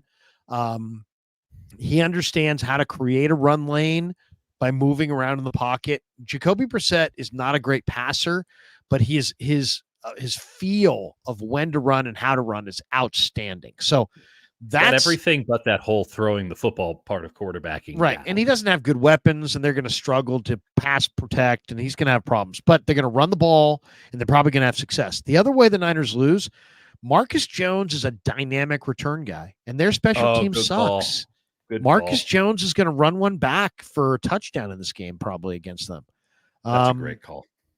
I would say that's pretty likely to happen. Much like Kyle Shanahan, I considered special teams an afterthought here. Kyle Duggar and Jabril Peppers are impact safeties that have they're a great combo. Why? Because they have the trio of traits. They both have size and speed and instincts, and they're really physical with great ball skills. So you're talking about probably the NFL's best safety tandem right now. Duggar is super physical. Peppers is actually probably their biggest hitter. and leader. Those guys are difference makers in the middle of the field. Yeah. And then the other thing is, Keon White in his second year has emerged as an absolute star. If you really look at Keon White, there are 5 players in the NFL that have a 90 PFF pass rush grade. And they're Myles Garrett, TJ Watt, Aiden Hutchinson, and this guy, Keon White, second year defensive end. He's 6'5", 285, but he's got bend, and he was good as a rookie, solid, 26 tackles, 3 tackles for loss, 20 pressures. But this year, in 3 games, he's got 4 hits on the quarterback, 4 tackles. That was last week. I should say that was last week against the Raiders or against Rodgers and the Jets. But through 3 weeks, he's got 17 tackles, 10 solo, 3 TFLs, 4 sacks, 12 pressures. Now, the Niners do catch a break because Jaywan Bentley tore his pec and he's on IR, done for the year. And Christian Barmore is battling blood clots, and he's not going to play. But Keon White can absolutely dominate, and him and Josh Uche, the Michigan kid, play these games up front. And those 2 guys playing games, the 2 inside backers, Raekwon McMillan and Jelani Tavai, are tackling machines. And then Duggar and Peppers are elite, and Christian Gonzalez was a first-round pick. So I think if Keon White, he's a dangerous player because he's a 285-pound pass rusher. You would never know watching him, and he stands up. Yeah, you can never let this guy get a run at Purdy in this game, or it could be a season ender for Purdy. So you got to block Keon White. And somehow I think you got to have a run-heavy scheme because the Patriots' defensive backs are pretty good. But to me, it's like if you have not a great turnover day, I think the Niners are going to struggle to stop Stevenson. I think they're going to struggle to defend Hunter Henry and Austin Hooper in the middle of the field. With Campbell is going to continue to struggle. Yep. I think Douglas is going to be like, wow, look at this guy. Do they need Ayuk? This guy's way better than Ayuk. I think he'll have better numbers than Ayuk. Osborne's going to move the chains. So, I mean, take the 10. I would take the 10, and this could be a one-sided game, but even if the Patriots fall behind, I think that, between the Niners struggles to rush the passer and the weapons that they do have over there, I think they can do some quick strike. I mean, you got to remember this. Right now, teams are going up top on the Niners with success. So if the 49ers even get a lead in this game, if you're the opposition, you got to feel like you can go up top on them. So I like New England in the points, but that's how the Niners lose is the special teams gives up a touchdown and Brissett runs for a bunch of first downs and Pop Douglas makes 2 or 3 big plays and they do a crappy job of tackling Ramondre Stevenson. All those things not just could happen. In some ways, I almost feel like they are likely to happen.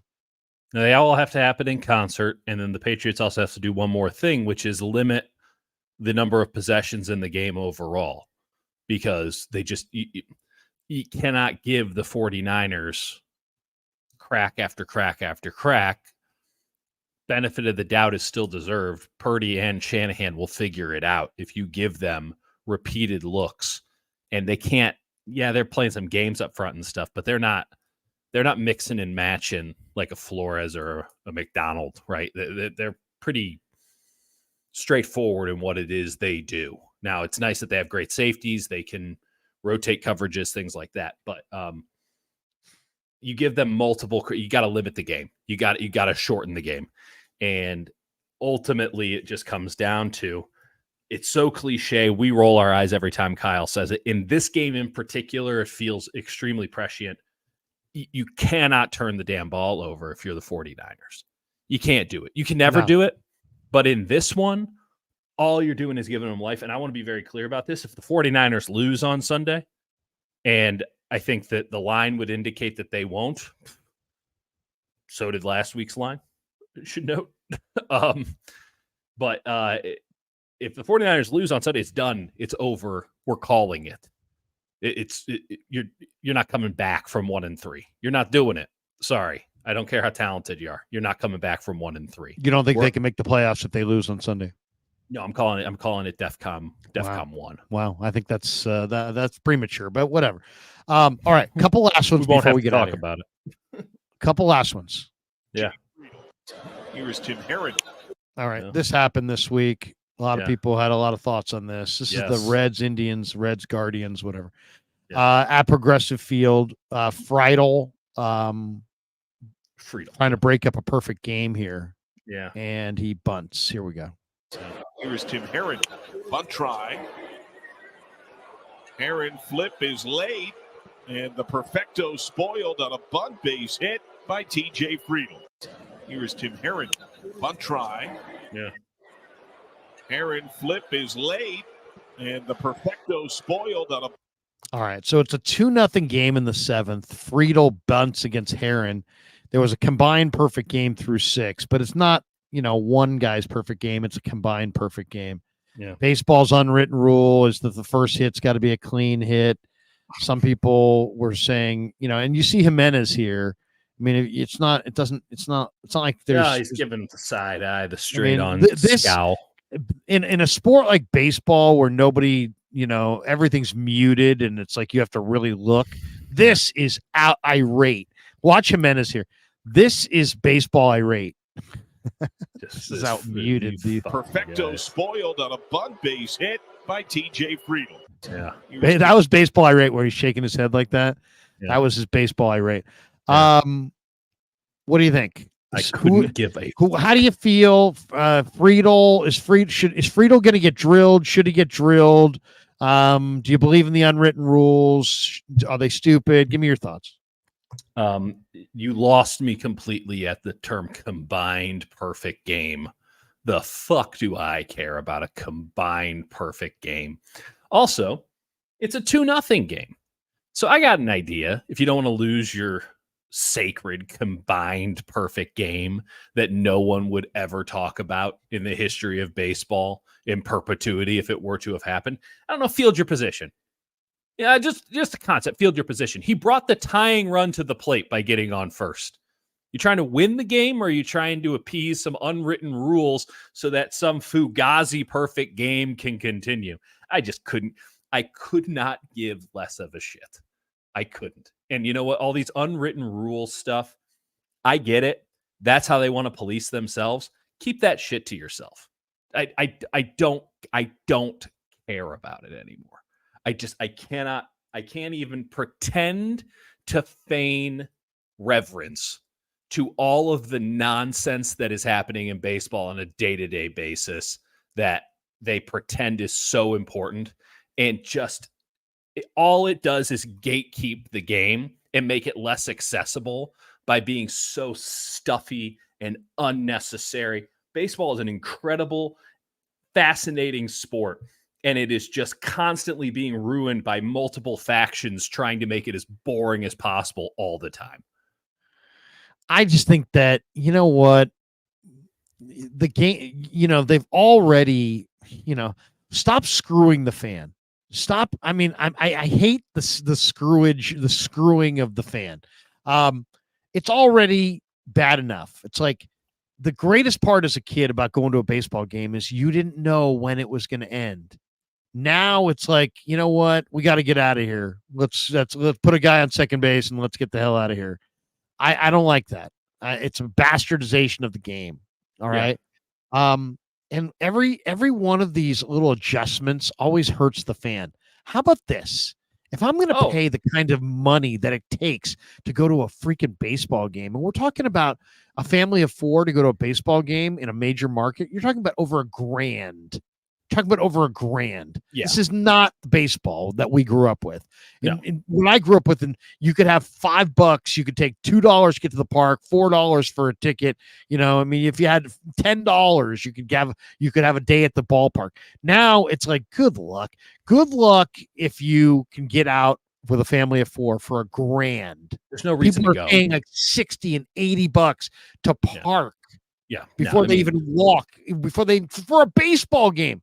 Okay, so my whole thing is, if it's that expensive, don't tell me to shut down my effort. So what, we're supposed to get a lesser show because you've got some baseball rule about the first hit and this and that. It's garbage. I want to see the best show. I want to see everybody go full bore. How about this? Let's just make a deal. You try as hard as you can to beat me. I'll try as hard as I can to beat you. I don't care if you steal bases up 7 runs, and you shouldn't care if I take a swing from my ass on 3-0 and all the different things that are baseball's unwritten rules that you can't do. How about we'll throw them all out the window and we'll just compete for 9 innings and give the fans an honest competition. When everybody why had is it so freaking hard to comprehend? Why is that not just like accepted practice? Well, because all these rules showed up in the 1930s and 40s when everyone had to go back to plumbing jobs in the winter, and they were just trying to survive, almost literally, the 162 game season wearing full wool outfits. And it's like, hey, why don't we do this for each other? Because, well, no one's watching, and let's make sure that we uphold these standards, because archaic rules have a fun way of sticking around because no one has enough gall or audacity to say fuck you to things that should have been told to fuck off years ago. That's why. And so what you have are now a bunch of people whose entire personality is curmudgeonliness and this notion that everything that they love is being ruined because it's so pure, and that anything that changes is somehow an assault on their way of life. And it's just exhausting. It's exhausting listening to these people who are constantly trying to revert everything back to the way things were, twist themselves into logical pretzels when they just want to say, I'm confused and I don't like it, which is fine. Just say that. It's understandable. The fact of the matter is, the argument that you could make to say, hey, this is why you don't do it, is because I guess for entertainment value, what would be the coolest thing to come out of that game? Oh, I saw a perfect game. That would be cool. Until you have to put the caveat on it to whomever you tell that to, which is like, oh, who threw it? Like four guys threw the perfect game. And then suddenly it doesn't seem so cool. Oh, it's going to be the accepted practice in 3 years. I mean, the way things are going. That is what it is. I'll say this. Baseball players are like too good. they're still. I'm at the A's game today, and they're playing a World Series game from the 70s between the Reds and the A's, and I'm watching them, and it's like they're playing wiffle ball in the backyard comparatively to what they're doing now. I mean, these guys are getting just cheese balls down the middle, and they're just rolling it to second. These guys sucked, and now I watch these guys, and it's like, you throw that pitch, it's going 400 feet the other way, no matter if this guy's first or last on the roster. Baseball players got too good, and all these archaic rules probably need to be pretty seriously adapted if the game's ever going to be really interesting again. But that's just me. Let's play this real quick here. Not just the A's leaving, it's the complete abandonment of Oakland sports fans by their teams. The Raiders were fickle, leaving, coming back, then leaving again. Warriors are still in the Bay, but there's nothing Oakland about their new digs. And now this. Other cities have lost teams, and it's gutting. To lose 3 is without precedent. You think Vegas is going to support the A's? Come on. The passionate, emotional goodbyes from those who love the team are to be expected. But ask yourself this. Have you heard even a single dissenting voice outside of Oakland? Anyone saying, oh, this is a great idea. You got it all wrong. This Sean Fisher guy, you got it wrong. He's a great guy. I haven't. This right here, this is just the worst of what sports can be. Heart goes out to you, A's fans. Oh, well, at least he sent out the heart. What do you think? I mean, today was the final day. What do you think? I mean, I've lived this, I've lived this whole thing, and I just think it's so ridiculous that a guy that was, the richest owner in sports, who could have built a stadium easily and spent, I don't know, what do you think a stadium cost? $1 billion? He's got like, he literally said it would only cost $1 billion. He wanted to do a $12 billion thing. He was only going to spend $1 billion on the goddamn stadium. But I mean, what do you think here? I mean, because I got lots of thoughts on this. On one hand, Wally Haas gave the Giants owners rights to the South Bay, and the Giants took a loan for hundreds of millions of dollars, and made an investment, Dieter, in Pac Bell Park, and they used the South Bay territory in addition to their other territory. They used their territory to secure the loan. Right. Okay. And they used that territory as partial collateral for that loan. So that's how the bank knew that they were going to get paid back, because they knew they owned this territory and they had an exclusive in this territory. And sure enough, the Giant Stadium, which was projected to maybe be paid off, the mortgage, like within 20 years of opening, got paid off in 2007. Yeah. Okay. After 7 years, they paid off their mortgage. Thanks to Barry. So, and what did the A's get for that? When the A's needed a hand, and then the A's Giants needed some help, then the Giants decided to say, fuck you, we're not I understand why the Giants said fuck you initially, because it was based on their loan. And I talked to Larry Bear about it. He's like, hey, look, our loan is based on this. This is how we got the loan. Okay, that so ended in 2007. That's an argument.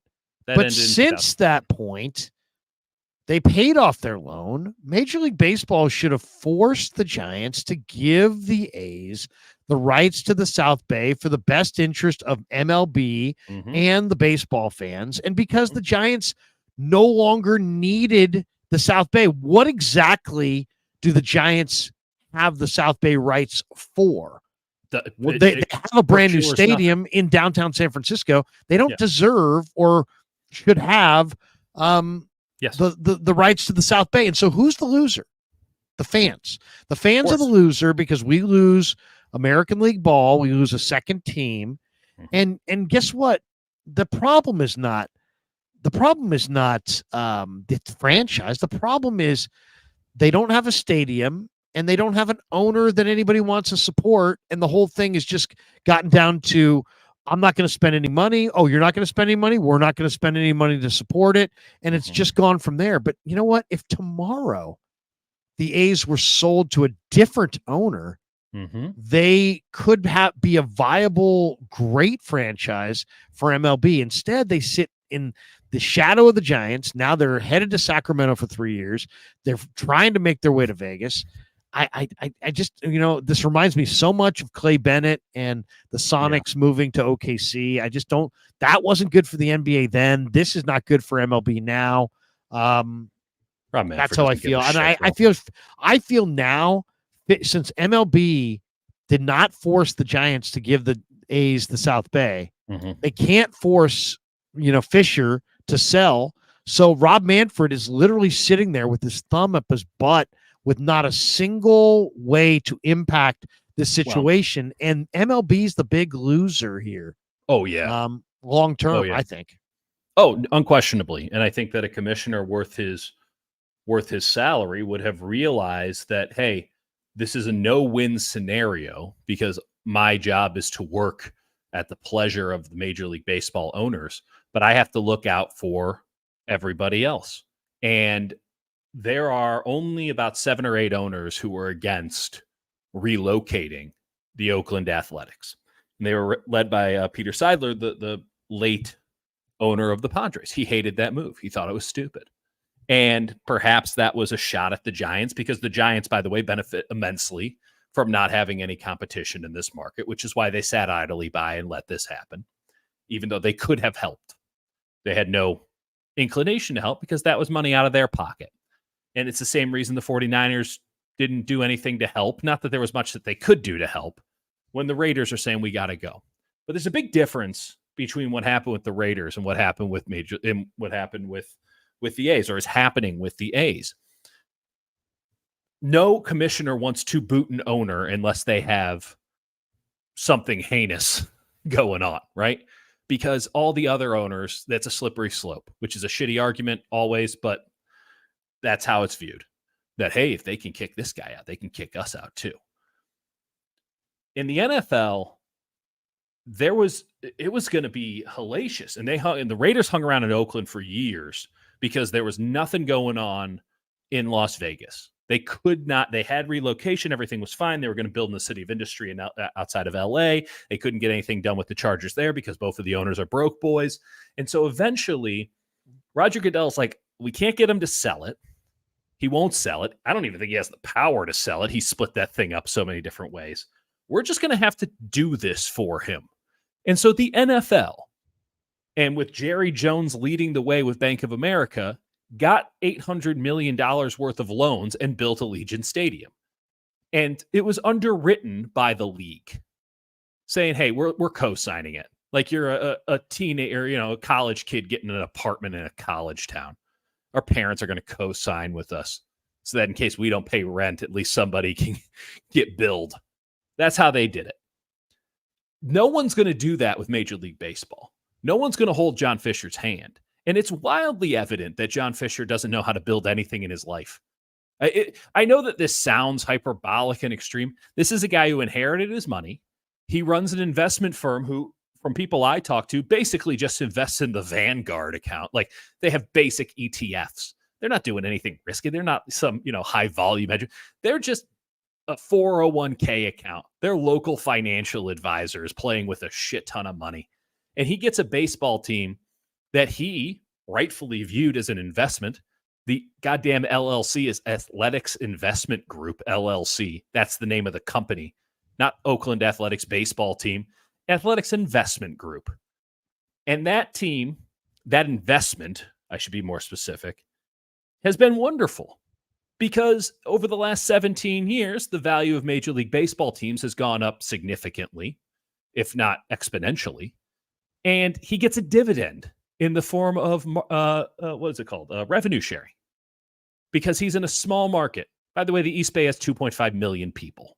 It's bigger than Kansas City, Pittsburgh, Cleveland. All of these places. That's the East Bay.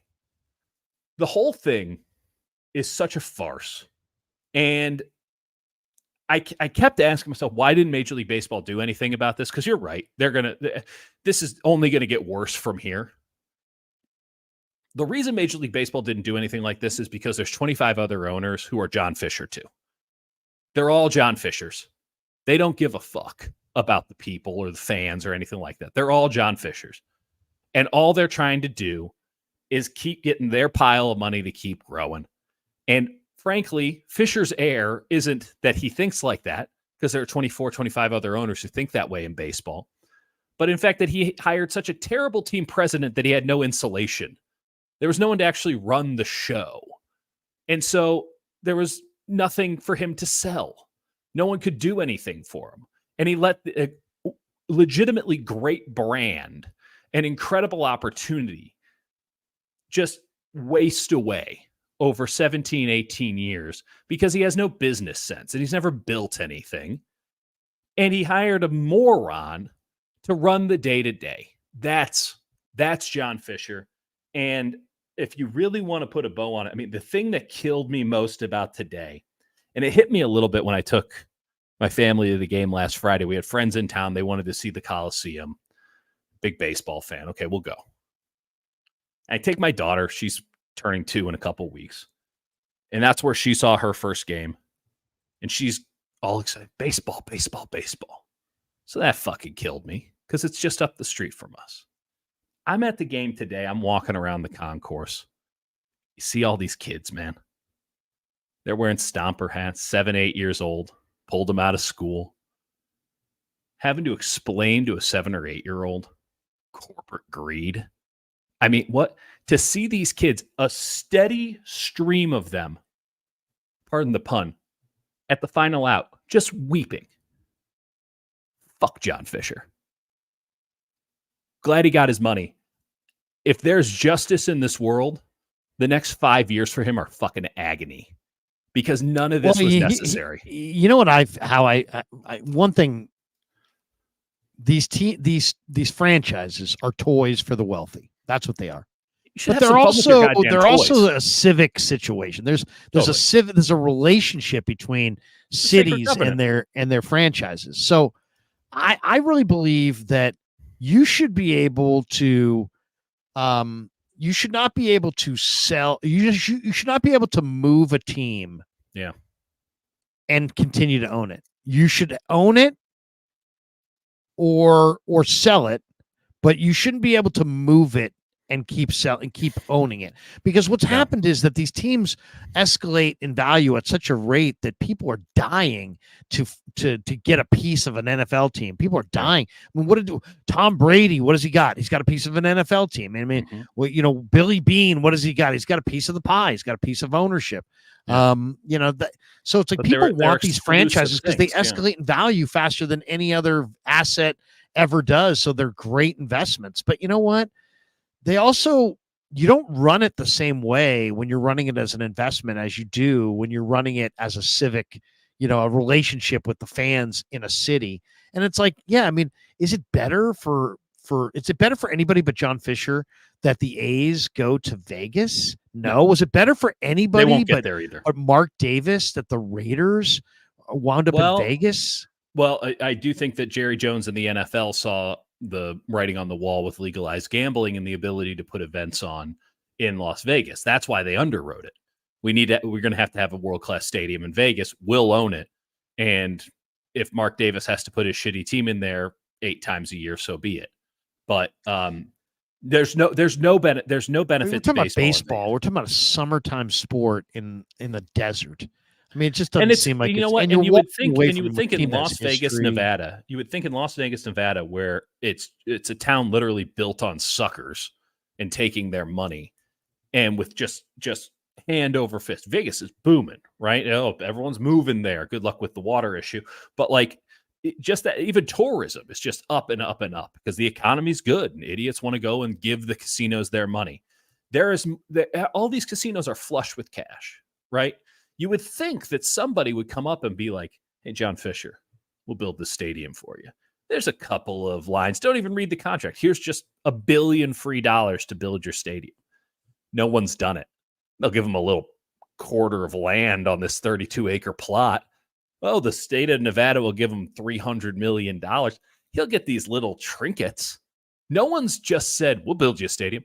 They built a stadium before there was a fucking hockey team. Have you seen the renderings of the baseball stadium? It's the same chatbot energy that wrote the open letter that John Fisher. But how's that going to work? How's that going to work? How are you going to have an open air? How are you going to have an open air stadium in Las Vegas? Well, it wasn't open. It was. Yeah, it was open air. I mean, that doesn't work. It doesn't work. And it was a glass forever ceiling, miss machine. Can you just have a miss machine going the entire time? Well, listen, there's a miss machine going somewhere in the Coliseum. I will say this. I loved how the A's framed it as like, let's say goodbye to the Coliseum as if they weren't abandoning a city. Like it's one thing when there's we're saying goodbye to Oracle Arena. Well, yeah, because we all know this arena sucks, even though it's a great basketball venue, but also they're over there. Like I can see their arena right there. Like it is not awesome that it's in San Francisco because I'm an East Bay guy, but they're over there. They're just there. It's still in the town or in the market, not specifically the town. They're leaving the market and they're like, oh, what great memories at the Coliseum. Meanwhile, I'm stepping in puddles. It's like, I don't see an appreciable water source. I mean, this place was a dump. And it's so bad. It's ridiculous. And then I will say this. I've got great memories there. I was sitting there. First of all, I went to lots of games in the bleachers in college. That was a regular. I was a regular out there in college in the bleachers. Got to do it. Even though I wasn't an A's fan, but we went a lot. Yeah. And then I saw Ricky. I was there when Ricky Henderson stole third base and lifted it up and said, Lou Brock was the greatest. And to now, I am the greatest of all time. That was an incredible moment. Absolutely incredible moment. Game against the Yankees. I've seen some amazing things there. I mean, I did an interview in the A's dugout with Bill King. And he told me he was a fan of my show, and I was totally floored. That's great.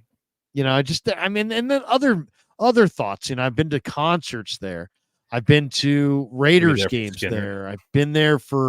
I went to a monster truck thing there, which, was really cool. I don't think that's going away. I think it's only going to be monster trucks from here on out. Yeah. So anyway, hey, a couple last thoughts. This, Larry. I do. It's an open-ended question, but what are we doing this for? John Fisher buys a team. It's supposed to be, you're a billionaire. These are the only fuckers who can afford to buy a team. When teams are moving around left and right, it's because it was owned by the guy who ran 4, sports equipment stores and got in because some, college friend said, hey, do you want to join the AFL? And you had to move the team around a lot because the team had to make money or it folded. That we're well beyond that point these days. You can appreciably lose tens of millions of dollars a year and never seriously dip into your overall wealth if you're a team owner, because only billionaires can own these teams now. If you're John Fisher, what the hell is the point of owning a baseball team if you're not going to have any fun owning it? What the hell? It's a moneymaker, Dieter. He's made more money. Dieter, he's made more money on that franchise than he's made on anything else. Yeah, he's also got more headaches off of it. He's been carving out a $40 to $50 million general fund, sapping off for 15 years. We're talking, the guy's got close to $1 billion just from MLB. Plus the value of the franchise. He's been stalling, spending he's turned. It's you know what? He basically looks at the Yankees and says, you know what? This was haves versus have-nots, and this was unfair. So I'm just going to pocket all this cash, and it's going to be unfair in my direction. It's just really sad because their fans were great, and the fans were into it. We got to go. I got to go. I got to end this. KB Toy Store. Larry, when you first started your YouTube channel, you were never late. You sure have changed since you made it big time. Yeah. You have forgotten you're faithful. First of all, I haven't made it big time. I'm still in the process of making it big time. Okay. Give it time.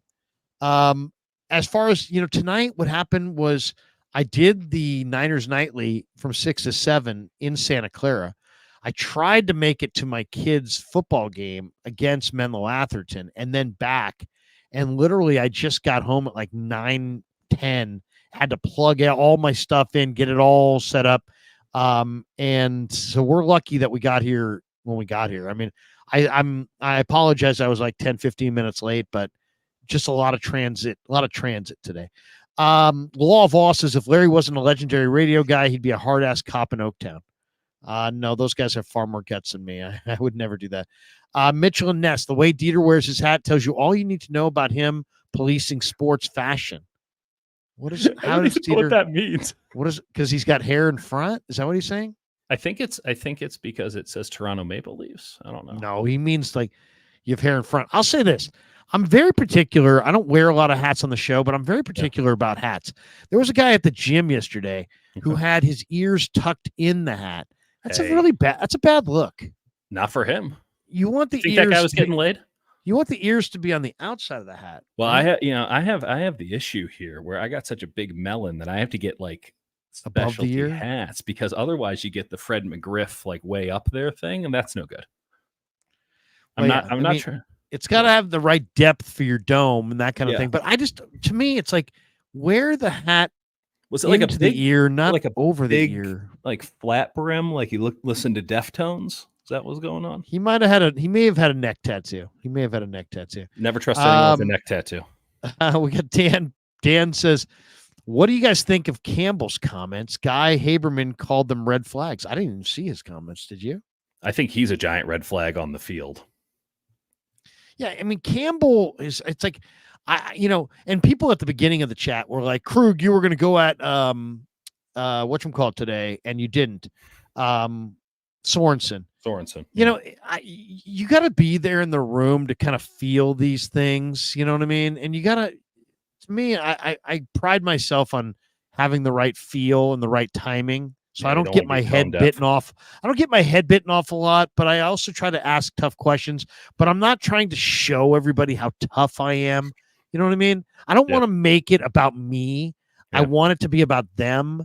And, I vented a lot on Sorensen, But you know what? It is only week 3, and let's see. Okay, so the defense. I mean, I can sit there and play this. We can talk about this in a real fashion. The 49er defense, 23 points allowed, 21st in the NFL. Defensive efficiency, 25th. Defensive EPA, 24th. Yards per rush allowed, 21st. Yards per play, 30th. Third down conversion rate, 30th. Success rate versus the run, 28th. So defense is clearly my number one concern. But to me, it felt argumentative today to be like, Nick, are you going to replace Campbell or Yadam? But everybody knows that I think they should replace Campbell and Yadam. But it's a little knee jerk to demand it and ask, with all kinds of, fire. Hey, are you going to yank Campbell? Are you going to yank Yadam? It's a little knee jerk in a 17-week season. I'll say this. Yeah. I think you got to give it a couple of weeks. Now so nobody plays anybody in the preseason. Nobody plays their guys very much. I think the Niners didn't play their starters very much. So you don't find out a lot. So you take the first month and you find out who you are. Then we find out who the coach is by how well he adjusts to who they are. And so I don't want to be asking him super tough questions only to have his defense look great in the next couple of weeks. And then I look like I'm some hyper negative guy.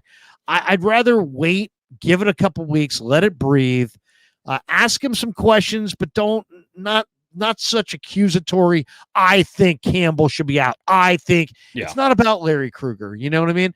It's like, do I know football? Yeah. Do I have my own opinions? Yeah. And do I think I'm right? Yeah. But you know what? I can table it. That's all I'm saying. Dieter, give me your thought. I'm with you. I think that. What is Campbell's comments? Do you know? I mean, no idea. Okay. Beautiful part about the Coliseum, no Wi-Fi today, so didn't see anything. It's actually kind of glorious. But I got so many words written because there was nothing else to do except watch baseball and write. I should try it more often.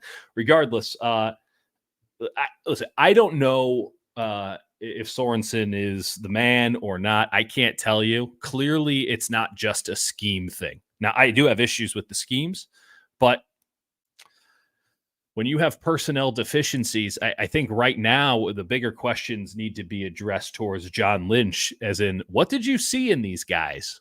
Why did you think this would work? Because, before I start getting in on the chef on how he's cooking the meal, I'm going to complain about the buyer who went out and got some clearly rotten ingredients. So that's where I stand on it. And it's on ultimately the coaches to make the most out of what they have.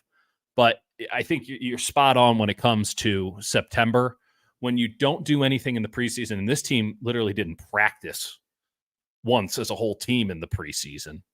When you don't do anything in the preseason, it's impossible to make overarching judgments on a team before the calendar flips to October. Now, I will say this. They could be in such a bad spot once the calendar flips to October that it's very difficult to see any way out of it, as I alluded to before. What do they always say? You can't win the division in April in baseball, but you can lose it. You can do the same thing in September in the NFL. You can lose a playoff spot in September. You can't win one in September, but let's get through stage 1 of the season, which is the month of September, before any hasty judgments are made here. Plenty of football left. All right, here we go. On the way out the door. Yep.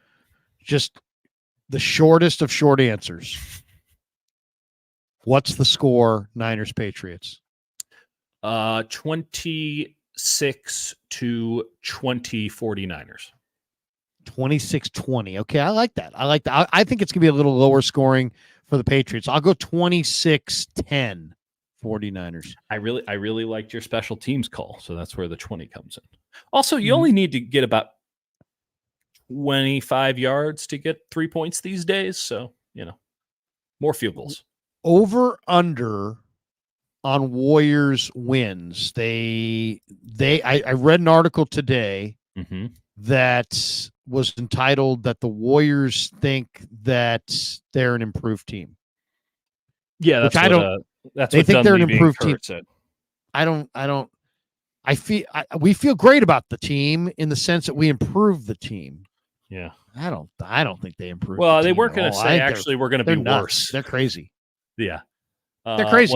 Their the best players are all getting older, and getting further away from their prime. It's like, you don't get it, bud.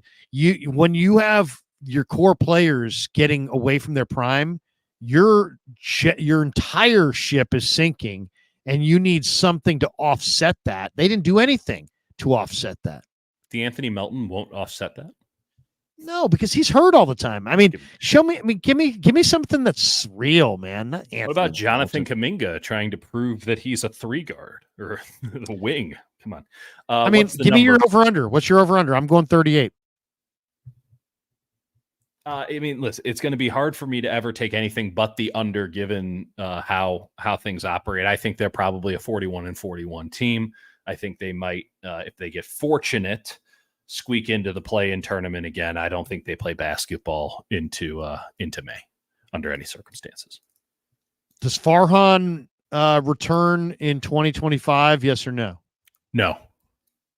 That's not me wishing it. That's what I'm hearing. Sources? Let's go with sources. Sources. That's going to do it for us. Dieter, when do you appear next on the leader? When are you on the radio again? Larry, I don't know. You know, they had, I got shit going on. So, listen, I don't know. And that's for the best. Are you going to be at camp tomorrow? No, you don't go on Fridays. I don't go on Fridays. It's kid duty. So I'll see you on Sunday, baby. Sunday, last week, very, very disappointed in both the meatloaf. What was the options last week? Wasn't it a meatloaf? Last week in Los Angeles, California? Or no. The last home game. The Jets game. Week 1? Yeah. Week 1, wasn't it? It was like a meatloaf and no, maybe that was in the workroom. Well, listen, Larry, the Football Writers Association of America. It was just a hot dog. We negotiated that the NFL has to feed us in every meal. We did not negotiate the quality of the food, and that was our mistake. What is your favorite thing to eat at Levi's? Oh, my shoe. They have some it's in a cooler. If I got to do something, I'll do that. But look at that. That's about all you can do. Everything else is a puck. They charge you $35 for that puck if you were on any other level, though. So I'm not going to complain. The chicken tenders are a little on the dry side. Dieter, have a great time. We'll see you on Sunday. Thanks to Dieter. Thanks to Better. Thanks to Pig and a Pickle. Thanks to Sharp Corners. Thanks to Kev. Thanks to all of you guys. Just thanks. And tune in tomorrow night for Niners Nightly. Yes. Kevin Kern is going to join me. Nice. From NBC Boston. Yeah. And we'll talk Patriots tomorrow night on the Krug Show. Join me tomorrow morning at 9 a.m. On the Krug Show and that will be from Levi's. Wow. Also join me tomorrow morning at 8:50. I'll be on with Murph and Marcus. Mm-hmm. Then at 9 with Damon.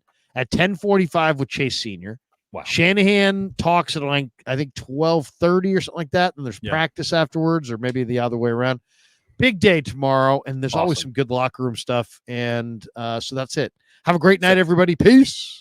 Yeah, never met a man I've been scared of. Can't